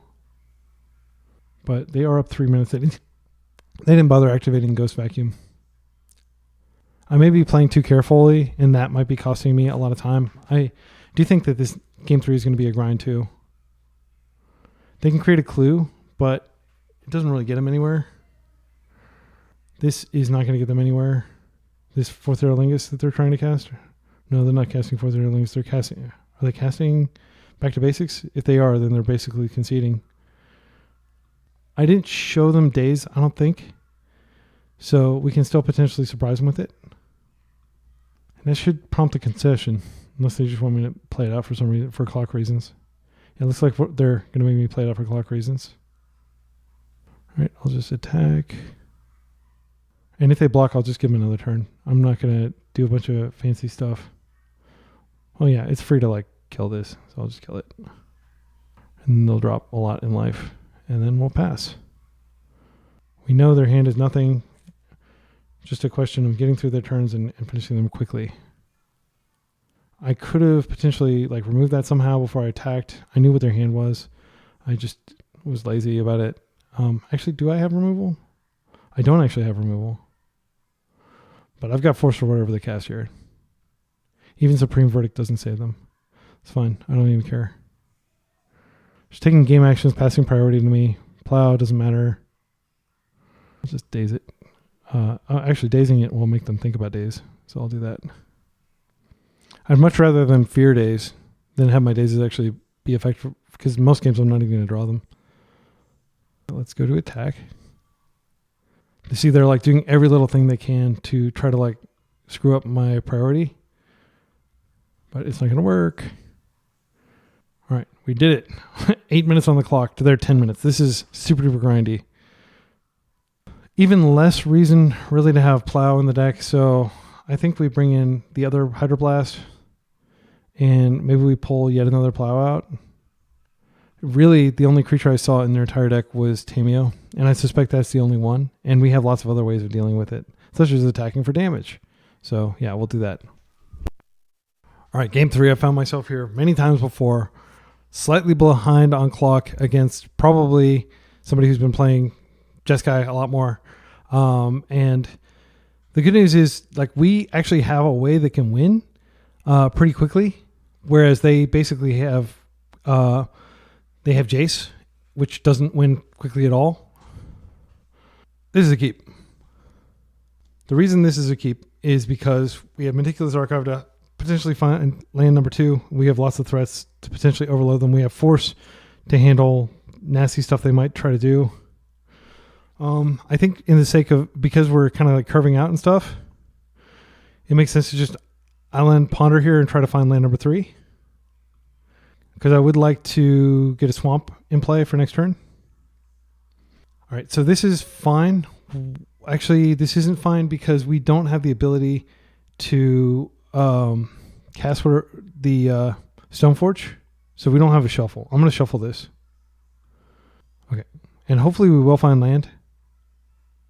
But we have a lot of interaction. Okay, they're Lorien cycling. I think it's extremely unlikely they cast anything relevant this turn, but next turn I'm worried.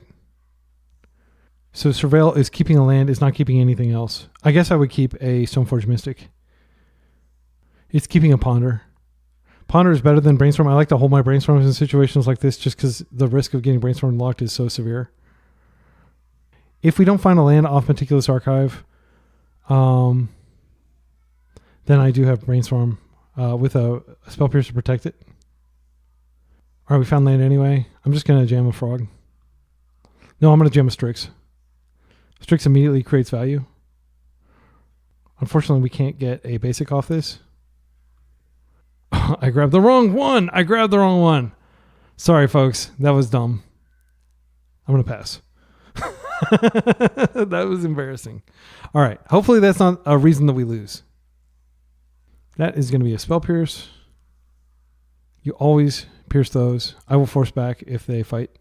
Okay, they're not fighting. Gosh, I really hope we find a land now. I'm going to be really embarrassed if we don't find a land because I grabbed the wrong land like a dum-dum. Okay, I'm going to go ahead and do this. Am I?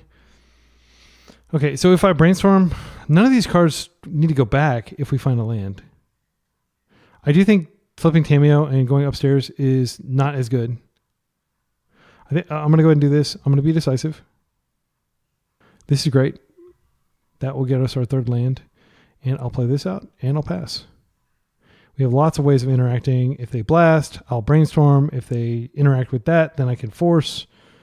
I think we're going to be able to protect her and flip her. I definitely want them to burn removal on this, knowing that I've got lots of other stuff coming.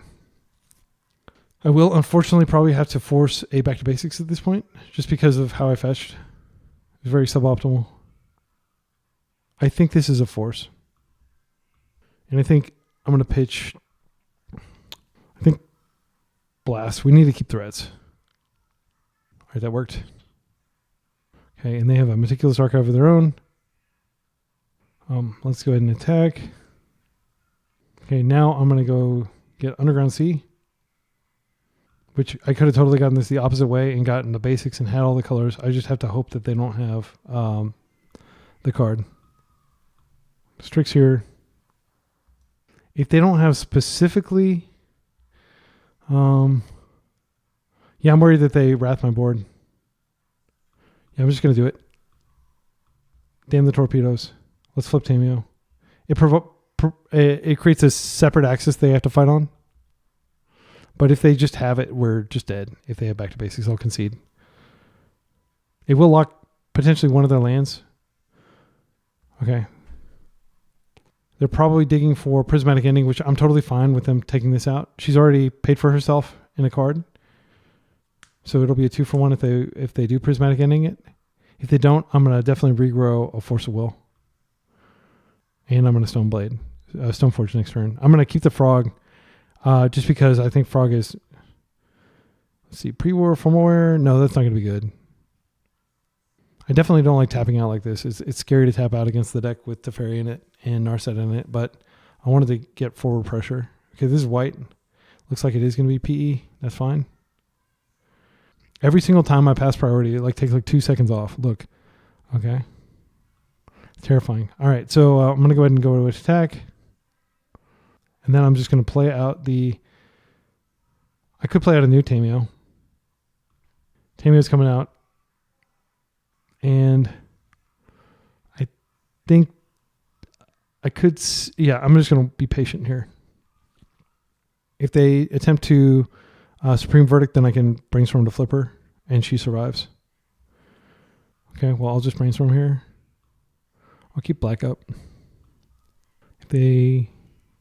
Okay, that works great. Okay, so Wasteland is a land. Crypticoat we can get back later. Yeah, and I'll draw Ponder. So we are in Value City here. We've gotten a lot of 2-for-1s off these Tamiyos. If they have a second red elemental blast, I can potentially hydro it. That's fine. I think they're going to attempt to blast her. If they PE her, then I can't do anything about it. But if they reuse I can't do anything about this. So it's not really a 2-for-1. Oh yeah, it's like a 3-for-2. Because they did get a 2-for-1 on that. I am going to go ahead and just play out the Stoneforge. Stoneforge. Okay, we're going to go get Crypticoat, the little army in a can. And I think we just go ahead and waste this now so I can pass priority. Yeah, we want to manage their mana base. They do still have Supreme Verdict mana, but Crypticoat will just keep coming back. It takes a while to kill them with it, but it's a pretty good win con against these types of decks. I think it's better than Caldera, just because Caldera can be exiled really easily. Crypticoat, it costs mana to interact with the creature. Even though we're low on time, they're closely approaching our time. So they've brainstormed here. We are ahead on cards very slightly. But Crypticoat represents a lot of cards. I probably, if we could find another wasteland and we could waste that Meticulous Archive, I'd feel comfortable going ahead and Psychic Frogging. But I just feel scared to invest resources. Maybe I'm being too timid with Psychic Frog, but like they have like 12 cards in their deck maybe that kill it and for no value. I feel like it's like the lowest value card that we can be casting right now. Okay, they're going down to 2 cards now. But I am scared of Planeswalkers. I'm hoping that they try to do some sort of windmill slam of a, whatever it's called, the 4th Aerolingus. That sucks. But we will kill that next turn. Not next turn, but the turn after. Let's see what they get. Wrath would be pretty devastating. We can fly over and hit it for 1, and then they have to sacrifice it to use it. They got a Pyroblast, which is great. We do have the ability to interact with Pyroblast favorably. I'm just going to very quickly go through my turn here. I think I am going to go ahead and do this because they don't have a lot of action going on over there. I want to overload them. I'll put the damage on Narset. So Hydroblast and Daze, we've got quite a few things. The card that scares me the most is probably Back to Basics. Okay, they're minusing here. Ruination. That's super scary. But they only have 1 red source. So they should cast Ruination right now and just let me hydro it. They're going for it. What is your last card that I don't know about? Oh, such relief. They can still put it on top of their deck. Yeah, and the sucky thing about that is now I can't put it in Crypticoat, so it's going to wait an extra turn. I'm just going to hold that. Attack here and here. I'm going to exile some cards, give it flight. 1, 2, 3. I'm going to not discard cards. I'm going to get ahead. I'm just going to play patiently. Okay. Yeah, I think finding a basic land would be good here. That's a basic land. Pre-war firmware is not bad, but it's not what we need. Yeah, I just feel like basic lands are what we should be doing here. We have hard cast days, if that matters. I don't think it matters. What is this? A second Ruination? 4th Aerolingus? Supreme Verdict? That's fine. That slows me down. But their clock is comparable to mine here. That's fine as well. Okay, I'm just going to... I do have, I believe, pre-war firmware on top of my deck. So I'm just going to draw that. I'm going to go get a white. We're going to go ahead and tap our basics to do this. Pre-war. I'm going to get back a frog. I think it's the strongest thing we could do. I could get back a Stoneforge Mystic and go get Caldera. I think that's better. I'm going to play this out. That's a good card. I'm going to put it in my hand. These are all insane cards. I think I'm just going to... Gosh, what am I going to do? Yeah, I'm going to put the Force in my hand. And I could easily see an argument for putting the Brainstorm in there instead, just to for flexibility, but yeah. Okay. That's fine. You got a clue. I'll plow that next turn probably. We're getting to the point where we can equip Caldra if we need to. Another Supreme Verdict is okay. They killed their own Tamiyo to do that. All right, so what I'm going to do is I'm just going to play Cryptic Coat, and I'm going to... Okay, I think we go ahead and we equip Pre-War to it as well. I know that seems aggressive, but... Oh, do I have to pay 3 mana to equip? Yeah, I'll do that. Oh, because of Ward? Equip shouldn't have a ward trigger, does it? It's just for opponents, right? Okay. They may be getting a plow or something here. Is this a blast? I will pitch my days. They're hellbent. Okay.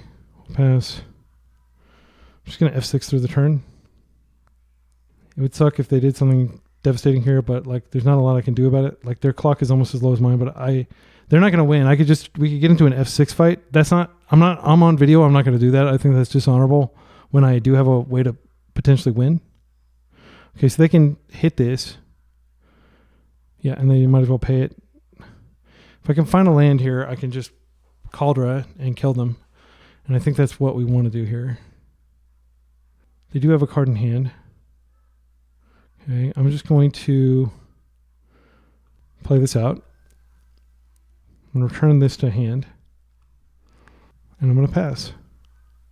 Gosh, they're making me pay that. Okay, whatever. Now it's going to get a mana warning. Yeah, we could have brainstormed that back into our hand if we weren't like absolutely desperate on time. I mean, I can start F6ing, but they'll start doing the same, and they're slightly ahead, and I think that favors them. I think just hitting them with Teferi works. Hitting them with Caldra. Do they have a plow? They could win if Fourth Lingus is their card. Harbinger doesn't really matter a whole lot here. They can bounce this in 2 turns. I probably needed to attack Teferi first there. I got 40 seconds on the clock. They might draw interaction here. They're referring. Just going to F6 through the turn. They're slightly lower on clock than me. This is what they were doing to me last turn, so we'll see who's maybe the least honorable man win. Least honorable person. I actually am probably going to lose because I'll have to go to discard first. Okay, so this is the first time I've ever been in this situation. I probably wouldn't be doing this, but like they were doing so many little priority things last time. Oh, my clock spinner started happening. My spinner started happening. I think we lost. Oh, we won. We won somehow. Okay, so I think priority went to them, and there was just like some confusion as to who had priority. Sorry I did that. That was ugly. But in my humble opinion, like they weren't going to win the game, and we weren't going to win the game. Like nobody was going to win the game, and they went a little low, and they like kind of took their eye off the ball and drifted lower in time than us. And you know, I'm not just going to give it to them. I mean, they're a Jeskai player. They need to be able to play fast too. They're playing a slow deck, so the clock being the win con was really kind of distasteful in my opinion. But like, I don't feel like we cheated or anything. That's how the game works. But yeah, I'm not. That's not like a proud moment for me. I have play points on the line, right? So, okay. Well, anyway, you can hear my like little justification. How am I going to sleep tonight? You know, I'll sleep fine and well. Thank you. Knowing that the Jeskai player wasn't going to win anyway. And if there was like an extra 3 minutes on both of our clocks, I think we handily win. But we don't know. They could have potentially ripped like Fourth Lingus. Let's see if there were any other win cons. I mean, the fact that they were Teferiing into Teferi to stop our card shows you how powerful it is. If we had a single creature, which I wasn't even looking at what we were drawing because I was just focusing on discarding to time. It's worth pointing out that we might not have actually won if they hadn't cast the Harbinger. The Harbinger gave them an attack step, and the Harbinger also made it when I was casting my Caldra. Like I didn't even have to like choose the color or anything. I could just click them all because they would all only produce one color. So they they may not realize it, but they actually gave me the window that I needed to catch up on clock. Anyway, I'm going to go eat dinner and hang out with my kids, and I'll pick this one up tomorrow. But I am having a lot of fun, and I'm playing a lot of value, and I'm just really thrilled that all three of these matches have been interactive. I think the Bubbles one, where I didn't plow, where I didn't crack the clue to reveal the plow. I mean, it was like I had used 2 plows at that point, so it was like a 2 in like, I don't know, 45 cards or something. It was extremely unlikely that I ripped a plow, but I would have ripped the plow, and that would have made all the difference and kept Muxus off the table.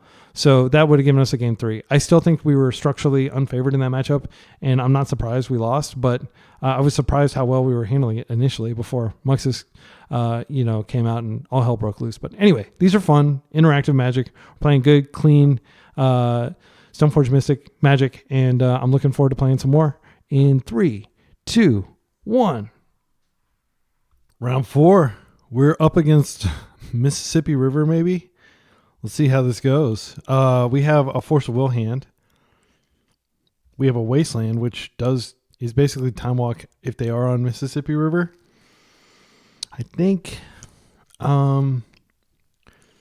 if they're on Mississippi River, we may be able to buy enough time to Tamiyo Ultimate here.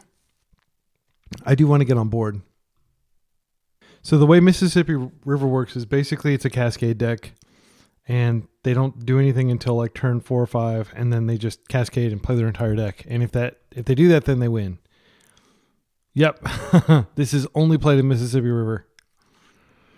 So the fact that this produces colored mana at all means it's probably worth wastelanding. Yeah, it's a totally dead draw. I think I'm going to go ahead and ponder here, just to make sure that I don't see anything that I absolutely want to clear. Thoughtseize, it's not the worst. We don't have a black source. If we don't waste, we have the potential to flip Tamiyo next turn, which could start ticking up, could also buy back our Force of Will. There's no good main deck card. We're not playing Teferi, which is really good against Mississippi River. I think we do want this Thoughtseize. So what I'm going to do is I'll just stack it. We'll draw the Ponder now. Then we'll attack. I'm still trying to decide whether we do want to flip her or whether we just want to go after the mana. Because they can go off as early as turn 2. Their deck is like 75% mana. Let's take a look at their deck. So they're probably playing this exact list. And if you look, 30 lands, like literally half the deck is lands. So that's what I mean when I say that basically you've got a time walk when you wasteland them. I think every single card in their deck taps for 2 mana. So the fact that this is, let's see. So the Apex Devastator, Maelstrom Wanderer, this is very, they're not playing they are playing the Tybalt's Trickery. So this allows them to go off even faster. Okay. I don't know why people play this deck. I think the correct play is to flip Tamiyo so that we can start regrowing next turn. And that does mean we should probably go ahead and cast this Ponder. So next turn, we'll have enough mana to flip Tamiyo and crack a clue and draw off Ponder. I really want to find a Brainstorm so I can put back the Swords of Plowshares and the Prismatic Ending that are going to be completely useless in this matchup. Sorry for my indecision. I'm just... I do think that Games 2 and Games 3, our odds go up a lot because we have those 2 Teferis. And we have Consigns, which can stop Cascade triggers. Yeah. I think we ponder... Because if we want to flip her next turn, we're not going to be able to... I think I'm just going to waste. I'm not going to worry about flipping her. I'll try to ponder into a fetch that I can use to Thoughtseize. Because, we're going to draw the Ponder, and then we can crack the clue and draw... Yeah, they just have a replacement land. Okay. I do think Thoughtseize is probably the best thing we can do here. If we find Brainstorm somehow... I think actually we just shuffle this. It's not worth drawing the Thoughtseize to draw those other cards. All right, so we now have a black mana source. I can just ponder again and flip her that way. So let's do that. But we are going to need to find a blue card off the ponder. I'm going to fetch first, just in case I want to keep 2 cards. So we're going to need to put a blue card in our hand. Force is fine. Pre-war, Formware doesn't do anything here. I mean, we could just any order shuffle it and hope to rip blue. We do. Okay, great. Cryptic Coat is not enough of a clock. What we really want to do is just ultimate her before they can win. So we are going to be going up with her every single turn. That's like basically our best path to victory. It's just drawing every force in our deck. Okay, they don't have a play this turn, but next turn they can sacrifice this and do the Tybalt's Trickery. I would be very happy to draw a Thoughtseize here. Snapcaster Mage gets some pressure on board, and it gives us a ponder effect, which is not going to find us anything useful. But I think it's better than doing nothing. I'm just going to go ahead and do it. So the way that their deck works is essentially you have to have 2 counter spells to stop, because they'll demonstrate with their whatever it's called, creative technique. Okay, this is a great rip. Assuming we're not dead next turn, I will want a Thoughtseize, but I'll put the ponder in my hand for now. So they basically just have a 1-turn window to kill us before we can... Well, actually, it's 2 turns. 8 cards in hand. What are the odds in the 30-card deck that they don't have like a City of Traders or a Ancient Tomb, some sort of non... Okay, and even if... So they're going to sack the Ruins here? No? Throes of Chaos. This is fine. I'll just force the Tybalt's Trickery, which is necessarily what they're going to flip here. Oh, Violent Outburst. I didn't realize they were playing Violent Outburst. It doesn't matter. Like, we haven't been able to stop any of this stuff. So let's see if they find Tybalt's Trickery, then I can force Tybalt's Trickery. Okay, and this can just target one of the spells already on the stack, so I do need to force this. I'll pitch Coat. Okay, so these abilities resolve. It's important to note that they can just keep flashing that back every turn. So it doesn't even matter if I Thoughtseize now, because they can just play stuff from their graveyard. So options include, well, we are going to go plus. I think it'd be a mistake not to plus, because that's kind of how we win. I definitely could have done that after I pondered here. But like, they have one more Throes of Chaos, and it's going to go into Tybalt's Trickery, and that's going or Violent Outburst, and then they are going to be able to combo. I'm going to go ahead and just Thoughtseize them just to see what's in their hand. Okay, so they have a bunch of cards that are not good. This, they are not going to be able to cast it. They have tons of land, but importantly, none of these land come into play untapped. Call forth the Tempest. This is the scarier of the 2 cards. This is 7 mana, which they're not going to have unless they're patient. So let's take the Call forth the Tempest. Okay, so basically what I need to find is a Brainstorm or a Wasteland.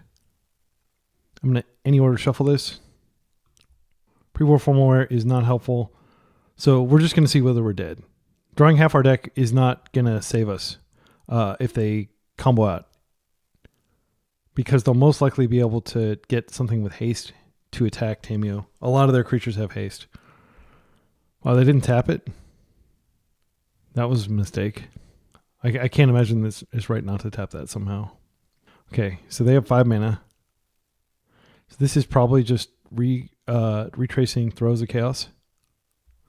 Yep. All right, so there is like a small chance that this doesn't hit. So Tybalt's Trickery is going to reveal, I think, like the top 3 cards or something like that and put it into play with. Choose 1, 2, or 3 at random. Its controller mills that many. And they may cast that card without paying its mana cost. So if this is a Cascade spell, okay, well, that's just an Emrakul. Fantastic. We can actually survive an Emrakul hit, and we can still have Tamiyo. But I don't think there's anything we can do about... Okay, so Emrakul... Oh, they screwed up somehow.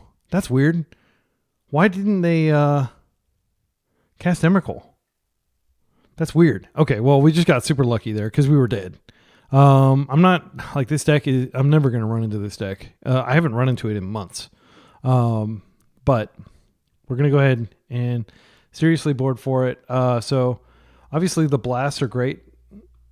Actually, Harbinger is pretty good because it can shut them off colors. They don't have any basics in their deck, I don't think. Cards that are bad, Prismatic Ending for sure. I think Plow's pretty bad because it's closing the barn door after the horses have gotten out. Pre-war Formaware, they're not going to target any of our stuff. By the way, sorry for that being screwed up. I didn't want to restart just to fix that card. All my other cards look fine. I mean, we could take out... I don't want to take out Caldra just because... Well, we can take out Strix. Strix is not going to be relevant. Spell Pierce is relevant.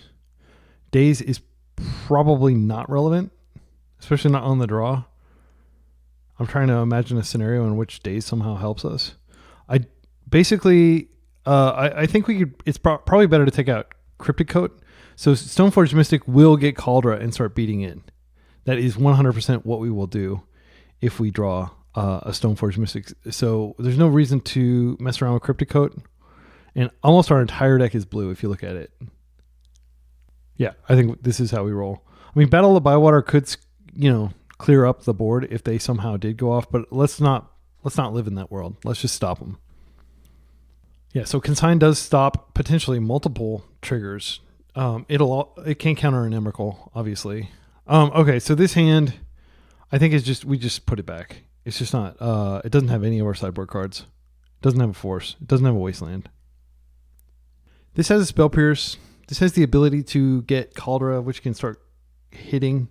Do we even want to get Caldra? I think I'm just going to keep this and I'll put back the land. All right. And yeah, I do think I'm probably going to get on the Caldra plan. The main problem with that strategy, though, is it does go shields down on Spell Pierce. Maybe they'll get aggressive and we'll get a window to use Spell Pierce turn 1. Okay, so we drew another land, so we're vindicated in our choice not to get the land. So yeah, I'll just play this out and I'll surveil in step.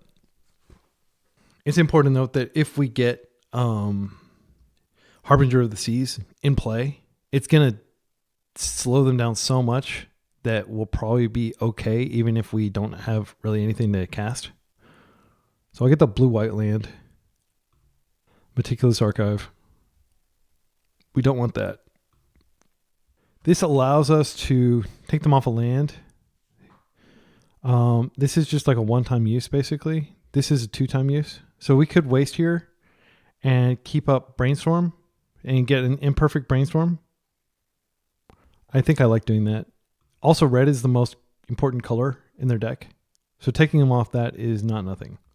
So yeah, I'll get an imperfect Brainstorm here. Hopefully put back some unnecessary card that we can shuffle away. And then I'll plan to Stoneforge next turn. The key is keeping them off 5 mana because they do have this card called Creative Technique that basically just ends the game. Because this is green. So they do have red through this Tinder Farm, but they don't have double red. Actually, I don't think double red is necessary to do anything in their deck. All right, imperfect Brainstorm time. You don't love to see it. Lavinia and Force. This is nuts. This is exactly what we wanted. So I'll just redraw the land. But I am going to be dropping Lavinia. They do have, I think, like a channel ability that they can use to kill Lavinia or to bounce her back to hand. So it's not like we have it this locked, but this is very auspicious. Next turn, I'll just Stoneforge for Caldra, and I'll just start. It'll be like I think it's a 3-turn clock once we get Caldra onto the table, because Lavinia will be attacking each turn as well. So they have to remove this. They can't win with this on the table. That's fine. The card that they get is not going to be castable. Because any spell that doesn't cost mana gets countered. Okay, you got a Violent Outburst that does literally nothing. And you took a depletion counter off your land. No offense to my opponent, but this is not like the deck that a powerful wizard chooses. This is like very much like a jank deck that nobody should be playing in 2024 after like Vexing Bauble and all these other cards have been printed. And it did have a moment where it was a menace and people were actually, expecting it to be in sideboards or like, playing cards like Lavinia in their sideboard specifically to address it. I'm playing this to address Karnforge, which I've been losing against a lot. So if you look at our hand, it's like pretty bulletproof. Like even if they bounce this, we've got 2 forms of interaction and we're going to have them dead pretty quick here. It's fine to surveil here. I'm going to do that. I think all their stuff is sorcery speed. It's a great pickup. All right, so we'll just go ahead and put this in. All right, we're going to attack. Our opponent will drop to 11. They can now cast a 5-drop. Now they have 5 mana, but they can't cast anything bigger than that. Creative Technique is fine. My understanding again is that these spells should be countered. So I'll just take the Demonstrate. Sure. What do we get? I will play it. Cast without paying its mana cost. Okay. And I think our opponent may not understand how Lavinia works. Because they're casting spells for free, which get countered by Lavinia. Yep. Lavinia's doing her job. Being the fun police. So they give us a frog for no reason and they spend a bunch of mana. They're demonstrating again. Okay. Sure. I'll put this into play too. Now they're dead on board. I think they were probably dead on board before. Well, I will tell you, this isn't fun for me either. I wanted to play some fun, interactive Magic, not against the deck that does nothing for 5 turns and then tries to dump its deck onto the table. This just stops any spell that doesn't cost mana. Okay, they conceded. Great. We can move on with our lives. All right, we are 3-1, and we're going into the final round. Let's see if we can get the 4-1 and get some extra treasure chests that I can use to get some extra play points so that when I do scrub out, when I attempt to play decks like Beanstalk and things like that, I don't have to pay money. Round 5 against a fan of the channel. They are likely playing the same list that Larson's playing. He may not have originated that list, but he was playing 1 Lotus Petal, 3 Urza Saga, I think. So yeah, we can take a look. 1 Cavern. So very powerful deck, very squirrely. It'll be fun. I'm looking forward to this. This hand does have interaction against like a turn 2, which I always like to see. I'm going to keep it. And these Strix are really good against them coming across with the Urza Saga constructs, but we'll be able to take care of those with Wasteland probably. I'm much more scared of their Nadu plan than I am of their their Cephalid plan. Okay.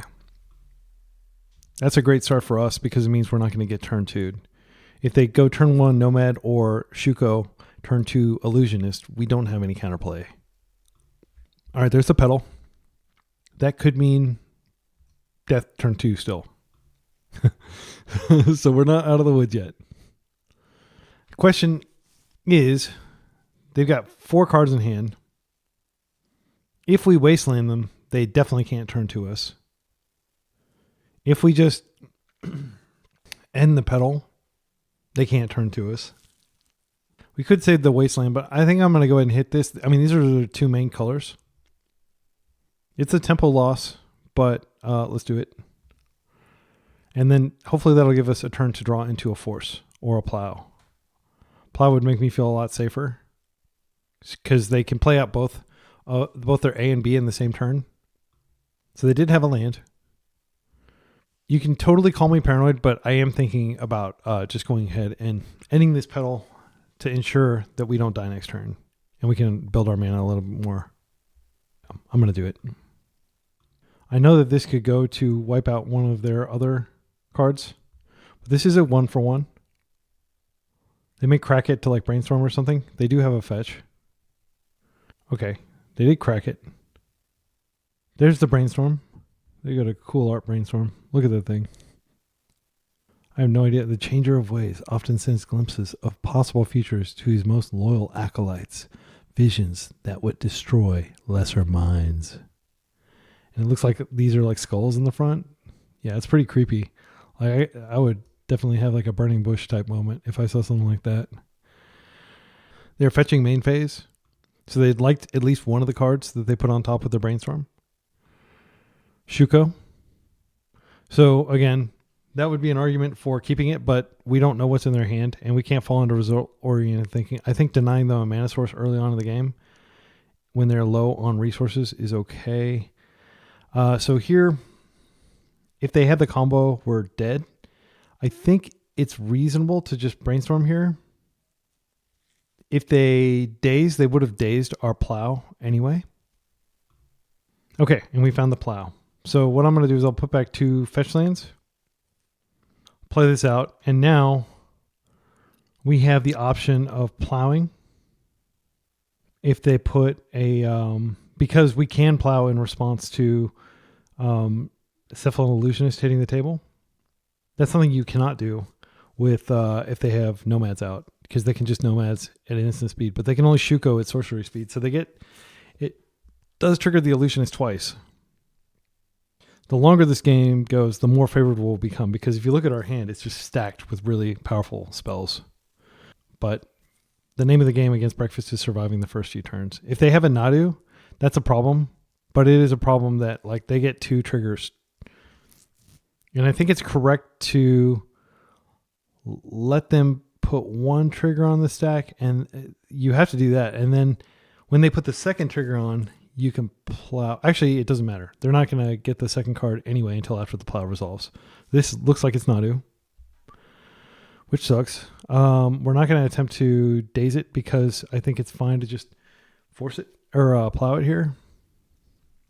So yeah, this is going to give them a look at a force or a daze. And I presume they are playing daze.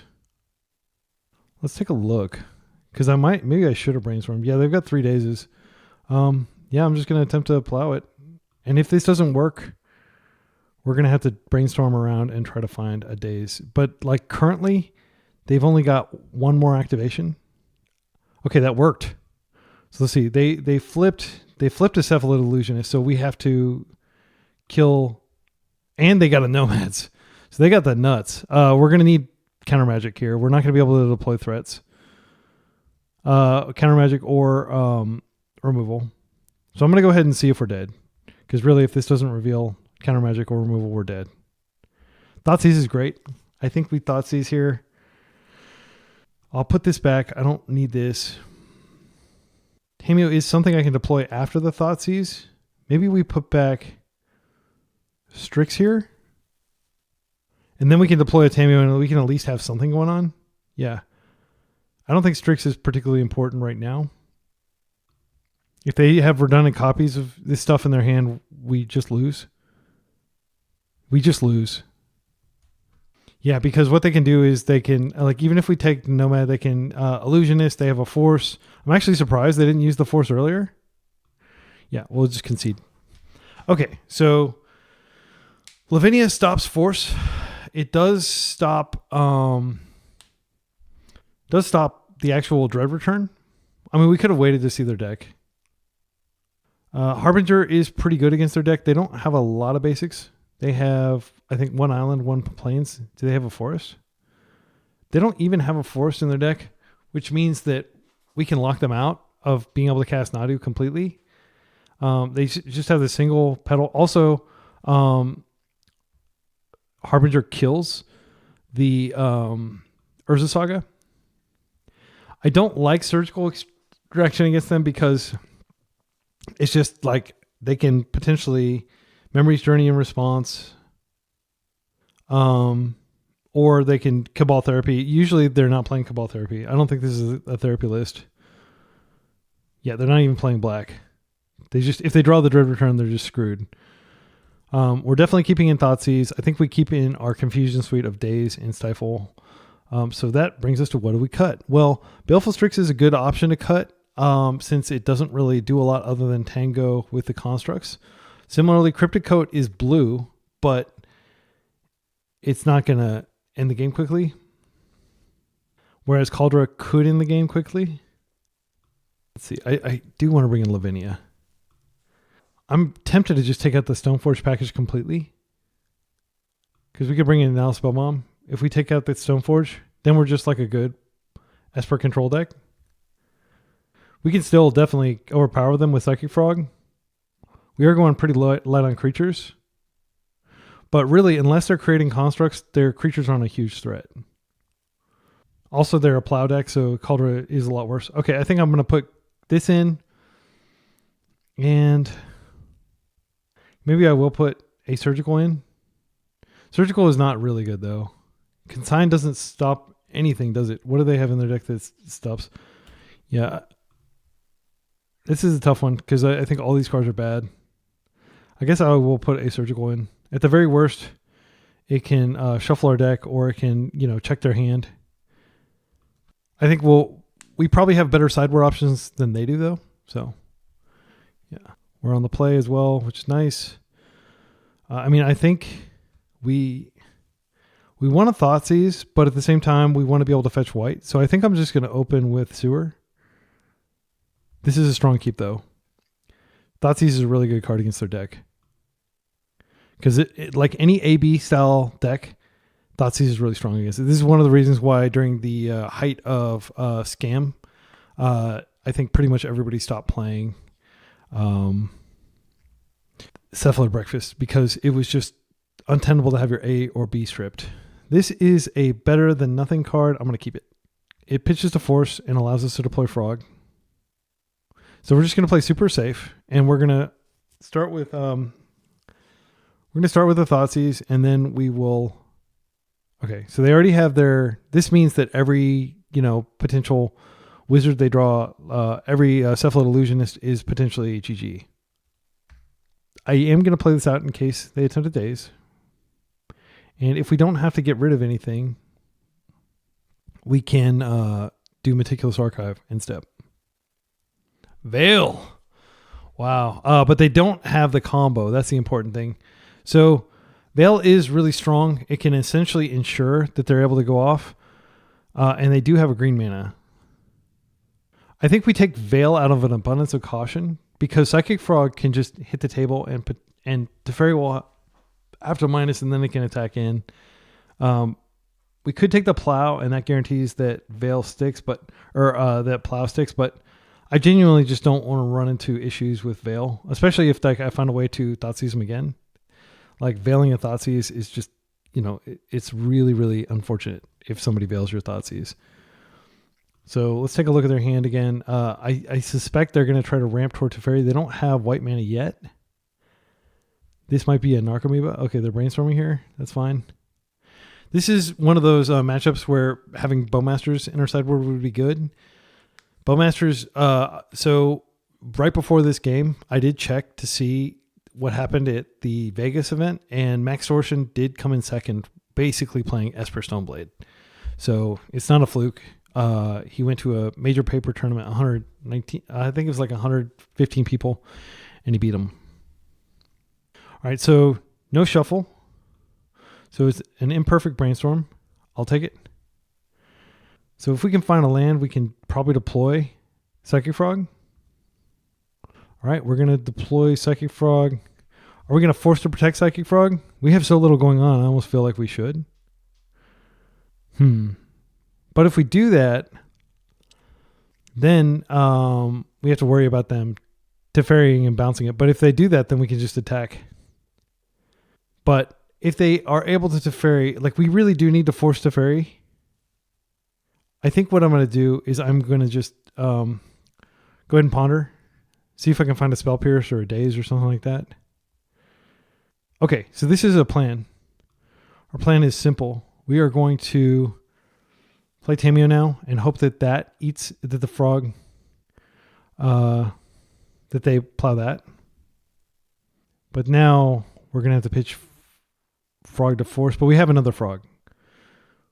This will help us pull ahead if they neglect to remove this. Also, they have to have white mana to remove it. They also have to have white mana to Teferi, though. But I will force a Teferi for sure. Teferi is just way too dangerous. So okay, they're not casting Teferi here. So I suspect they're going to attempt to plow this. We have a Plains on top of the deck, which I would like to draw. I think I don't do anything. Actually, with that Plains on top of the deck, maybe I just draw here, and then I can deploy the Plains. All right. I'm feeling pretty good about our position. Teferi has already replaced herself. That's fine. I'm not fighting over that. I am fighting over Teferi. There is the risk that they could draw a follow-up Veil, and maybe that would explain why they didn't deploy Teferi there. Urza Saga. Now they have mana to potentially Veil and deploy Teferi. If they leave the green up, I'm going to strongly suspect they have Veil, but I don't really have a choice. I do think this is a force. And if they Veil, that's unfortunate. This card is just way too powerful, though, for us to let resolve. And they do have the Veil. Yeah. Again, I called it. I knew it was a risk. I don't regret doing that because you just can't let this resolve. So now, if they have the Illusionist next turn, there's nothing we can do. Oh wait, we can just end it. Yeah, I'll just end it, and then they won't get any value off of it. Do we play this land out? Playing this land out lets us Frog. Yeah, so I'm going to do that. I'm going to go white, blue, black, end. I don't actually want to play out the Frog, though, because I need to be able to plow. If they force... Okay, they didn't force. So let's take a look at their hand. The only card we know they have is Narcomoeba, assuming they didn't brainstorm that back, which I can't think of a reason why they wouldn't.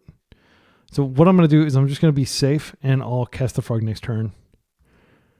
I'm not worried about these constructs. That's one thing I learned from the match against Larson like 2 days ago.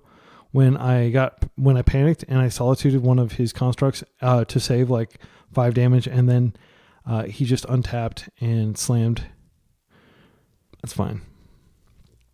Yeah, they got so much value out of that Veil. I'm glad I took the first Veil. Like I would just be on pins and needles the entire game if I hadn't taken that first Veil. I'm not sure how many Veils they play. It looks like they play 2, so we may have gotten through the worst of it. All right, Petal is a great draw. I'm always happy to see a Petal this phase of the game. It will make their constructs a little bit bigger, but I'm not too worried about that. There's the Illusionist. Okay, so it resolves. They're going to equip, and I'm going to plow. We do have a Tundra in our deck, thankfully. And this is why it was absolutely vital that we got rid of Teferi. Otherwise, we wouldn't have had any way to interact. They did get a Narcomoeba off this. Okay, so they're going to get their second trigger in a second. It's worth noting that if they have enough Narcomoebas or constructs in play, they can flashback Dread Return and get like something good. Okay, so that's fine. They're not going to be able to create a construct this turn, which is a relief. We are running low on gas here. Psychic Frog is going to have to pull some serious weight. We'll just have to hope that Psychic Frog does not get plowed or removed by one of their many exile-based removal spells. This Daze is not fantastic, but who knows? Maybe it sneaks up on them somehow. Most likely, it just gets pitched to Frog, and I do wish that I kept that land in my hand. So brainstorming, and they're going to use the Urza Saga Shuffle effect. I'm going to assume they're not going to needle my land. I'm not going to respond. They could needle like Fairy Macabre, and I will pronounce it Macabre. Somebody pointed out in the comments that like, oh, it's Macabre. Like the, like metal band from like the 80s or something like that. But like all those people were just mispronouncing it. in French, it's called Macabre. Or it's like Macabre. But the R at the end is pronounced. Okay, this might be Plow, which I can't do anything about. We're pretty dead. I mean, like they can equip and they can hit us for 3. They didn't create a construct, What are they doing with this floating mana? I mean, they could still jam a Nadu. I do think that we're slightly favored in this matchup, but Veil is definitely like, it breaks it open. They should have equipped that Shuko there. I think that was just like a, if you're watching this, I can't think of a reason why you wouldn't equip Shuko there. Okay, they have another Saga. Okay, they're using their mana. Are they going to just win? They're just going to win. Yeah, that was a good game. So those were good games. We had the positive record. We lost to Breakfast. I think structurally it's probably like a 50-50 matchup. And probably I just made some misplays. Or maybe they got lucky. I'm not sure. But it might have been a combination of both. Or maybe I'm just like completely misboarding for the matchup. But I feel like, having the last card in my hand instead of being a daze be something else could have been better. But that single daze, I didn't want to board it out. You could argue that had I been more proactive and had the Stoneforge package in and gone for Caldra, that would have done more, but they had removal for every single creature I played.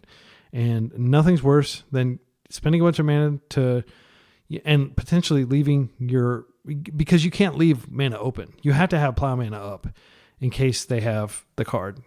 And so I just don't want to fall into result-oriented thinking. I don't think I made any major misplays there. I think I played fairly tight. Leave a comment if you do think that I hemorrhaged some chance of winning there with some of my plays. But overall, pretty happy with the performance of this deck. I'm going to play it again for sure. Like if you look, like we got 2-0, 2-0, and then this was a 2-1, and then we lost to Bubbles. What was Bubbles on? We lost to Bubbles and we lost to Breakfast. Yeah, so Bubbles was on. Oh yeah, this. And I think that this is an unfavorable matchup, but I did throw this one, if I recall, by not cracking my clue and getting the land. So I think here are the changes that I'm going to consider making. Teferi would have been pretty good in this deck. You could definitely argue that like Daze could come out. Okay, so I'm going to make a new version of the deck, and it's going to be much more similar to Max Torsion's. But it's not going to be completely Max Torsion because philosophically, I just disagree with some of Max Torsion's decisions. Let's take a look. So Max Torsion's list is right here. And I don't own Ghost Vacuum. I don't really want to buy one. I think that it's just a mediocre card, but it might be good in this deck because you can get up to 6 mana. You'll note that Max Torsion isn't playing any Wastelands, which is kind of scary for me to like not be playing Wastelands when there are all those Cavernous Souls floating around because it just invalidates your counter magic. But if you look at the sequence of decks that Max Torsion played here, I think they talk about it in here somewhere. I keep saying they, but I'm pretty sure he goes by he. He's got a big freaking beard there. Oh yeah, he does. He even specifies. So I think what he does is, this is nonsense, by the way. Somebody like bought a whole bunch of, some billionaire put a bunch of money into this. Let's see, Max Torsion. So one of his recent tweets was, okay, so I pulled up what he faced when he was in Las Vegas. It was, he actually faced the Esper Stoneblade Mirror and went 2-0, which makes me think that that Esper Stoneblade Mirror might have been a little bit more tempo-y because the more controlling version, like the one he's playing, is going to beat the more tempo-y one. So the deck that he's playing at Vegas would have probably beaten me, even independent of piloting quality. I do suspect he's a much better pilot than me. He beat UB tempo, which is expected. You got Force of Will, or you've got Plows, you've got Prismatic Endings. Those are really strong. And then he beat Froginator like 3 times to win, or to lose to Naya Depths, which structurally is probably like a 50-50 matchup. But he's not playing Wastelands, and Wastelands are good against depth strategies, but it's not like you need it. I mean, you've got Prismatic Ending, you've got Plow, you've got plenty of pressure in the form of Caldra, but they do have Plow themselves, so Caldra is less reliable. Let's take a look at the list. So what we do know is that white decks generally beat blue-black Reanimator, they generally beat blue-black decks. I think that's a pretty safe assumption. And if you're playing a blue-white deck and you're losing a lot to blue-black, then you probably just need to practice some more, because I do think the matchup is very favorable. So this is his list. So he's only playing 2 Tamiyo, and he said he wants to have a total of 5 Tamiyo and a Teferi, or 5 Tamiyo plus Teferi, but he's not sure which way to split it. Well, I would split it 4 Tamiyo, 1 Teferi. And in fact, I think that's what I'm going to do here. His equipment, he is playing Batterskull instead of Kaldra. Batterskull would not have been relevant at all in any of those matchups except for the Goblins matchup. I think it's the only matchup that Batterskull would have been relevant. Whereas, did we ever put our Cryptic Coat on the table? Yes, we did. We put Cryptic Coat on the table, and Cryptic Coat is a lot cheaper to like bring back to our hand and replay, and it's got Ward and all that stuff, and it's a blue card that pitches the Force. So I genuinely don't think Batterskull is like the option. Like, you want to have 3 equipment in your 60 card deck, maybe 4 in your 80 card deck. If anybody's playing, I don't think it's correct to play 80 card Stoneblade. And you can watch me play 80 card Stoneblade.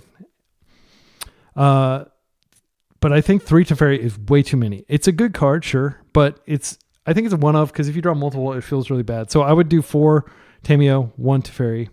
I think pretty much everything else he's doing is the same as what I've been doing, which is Thoughtseizes. He does have 2 main deck spell bombs, which is smart, and I think that's probably totally defensible. His sideboard is where I really start to differ in opinion. I don't think GT is good. I don't think it's been good in years.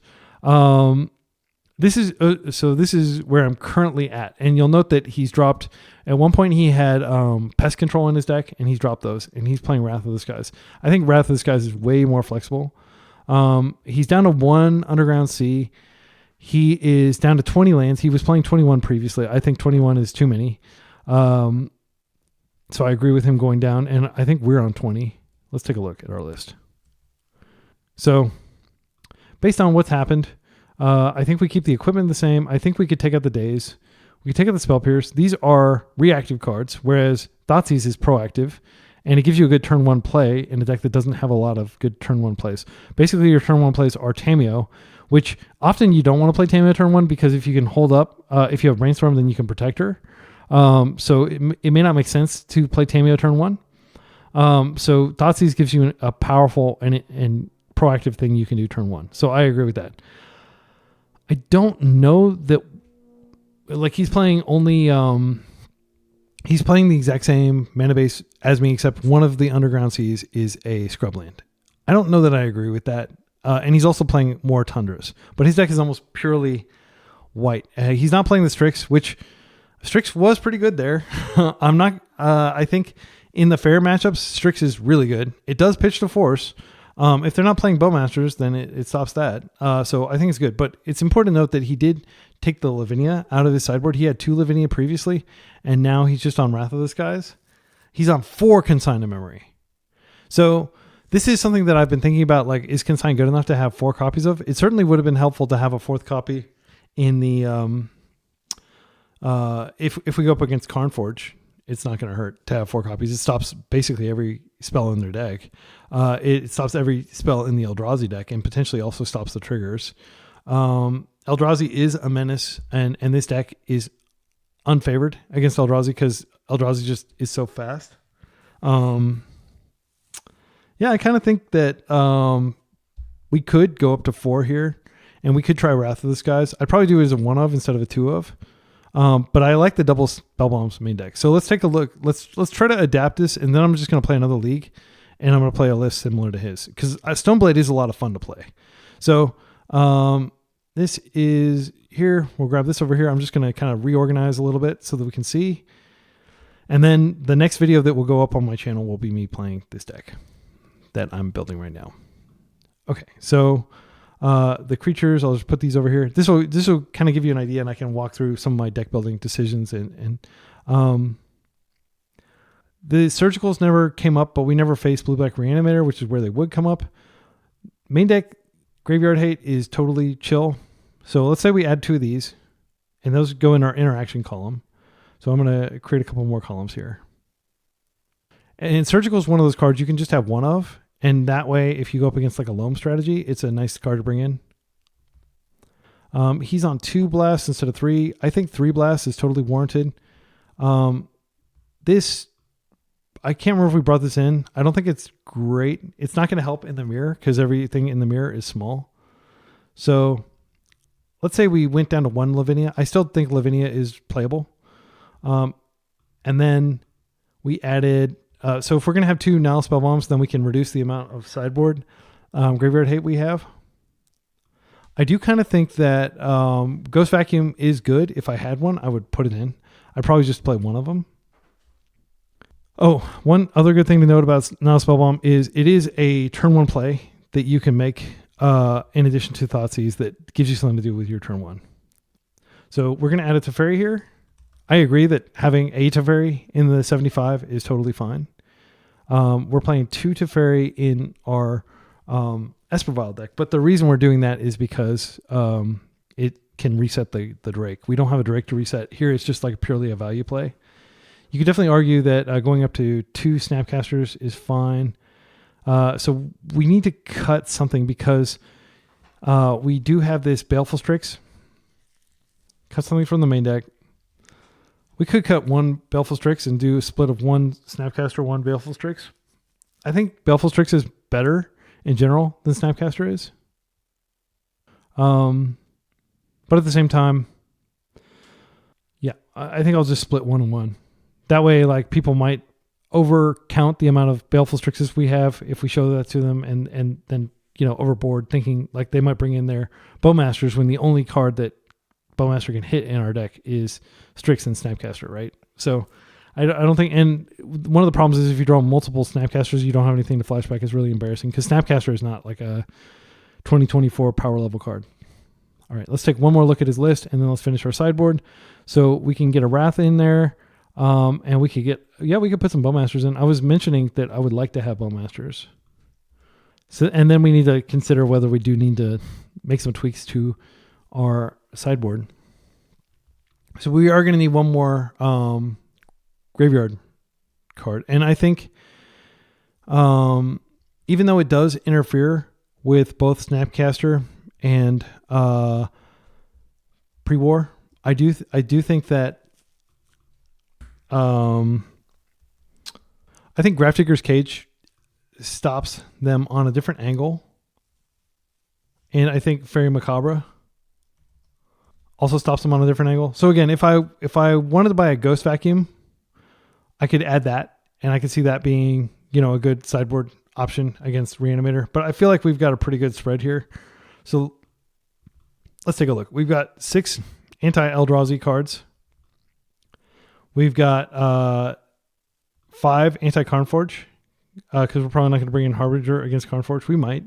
And then we've got 1, 2, 3 additional anti-graveyard strategy cards. We've got anti-control in Bowmasters, and this is also really good, like decent in the mirror. And then we've got 3 anti-red cards. So I feel like this sideboard is pretty good. I'm not going to put in, for example, No Rod. I don't think it's good enough. And it interferes too much with what our deck is doing. Like Cryptic Coat, it shuts off Cryptic Coat. It shuts off us being able to move Formal Wear around, and it stops us from being able to activate our Nile Spell Bombs and things like that. Not that you would have Nile Spell Bomb and No Rod in the same match.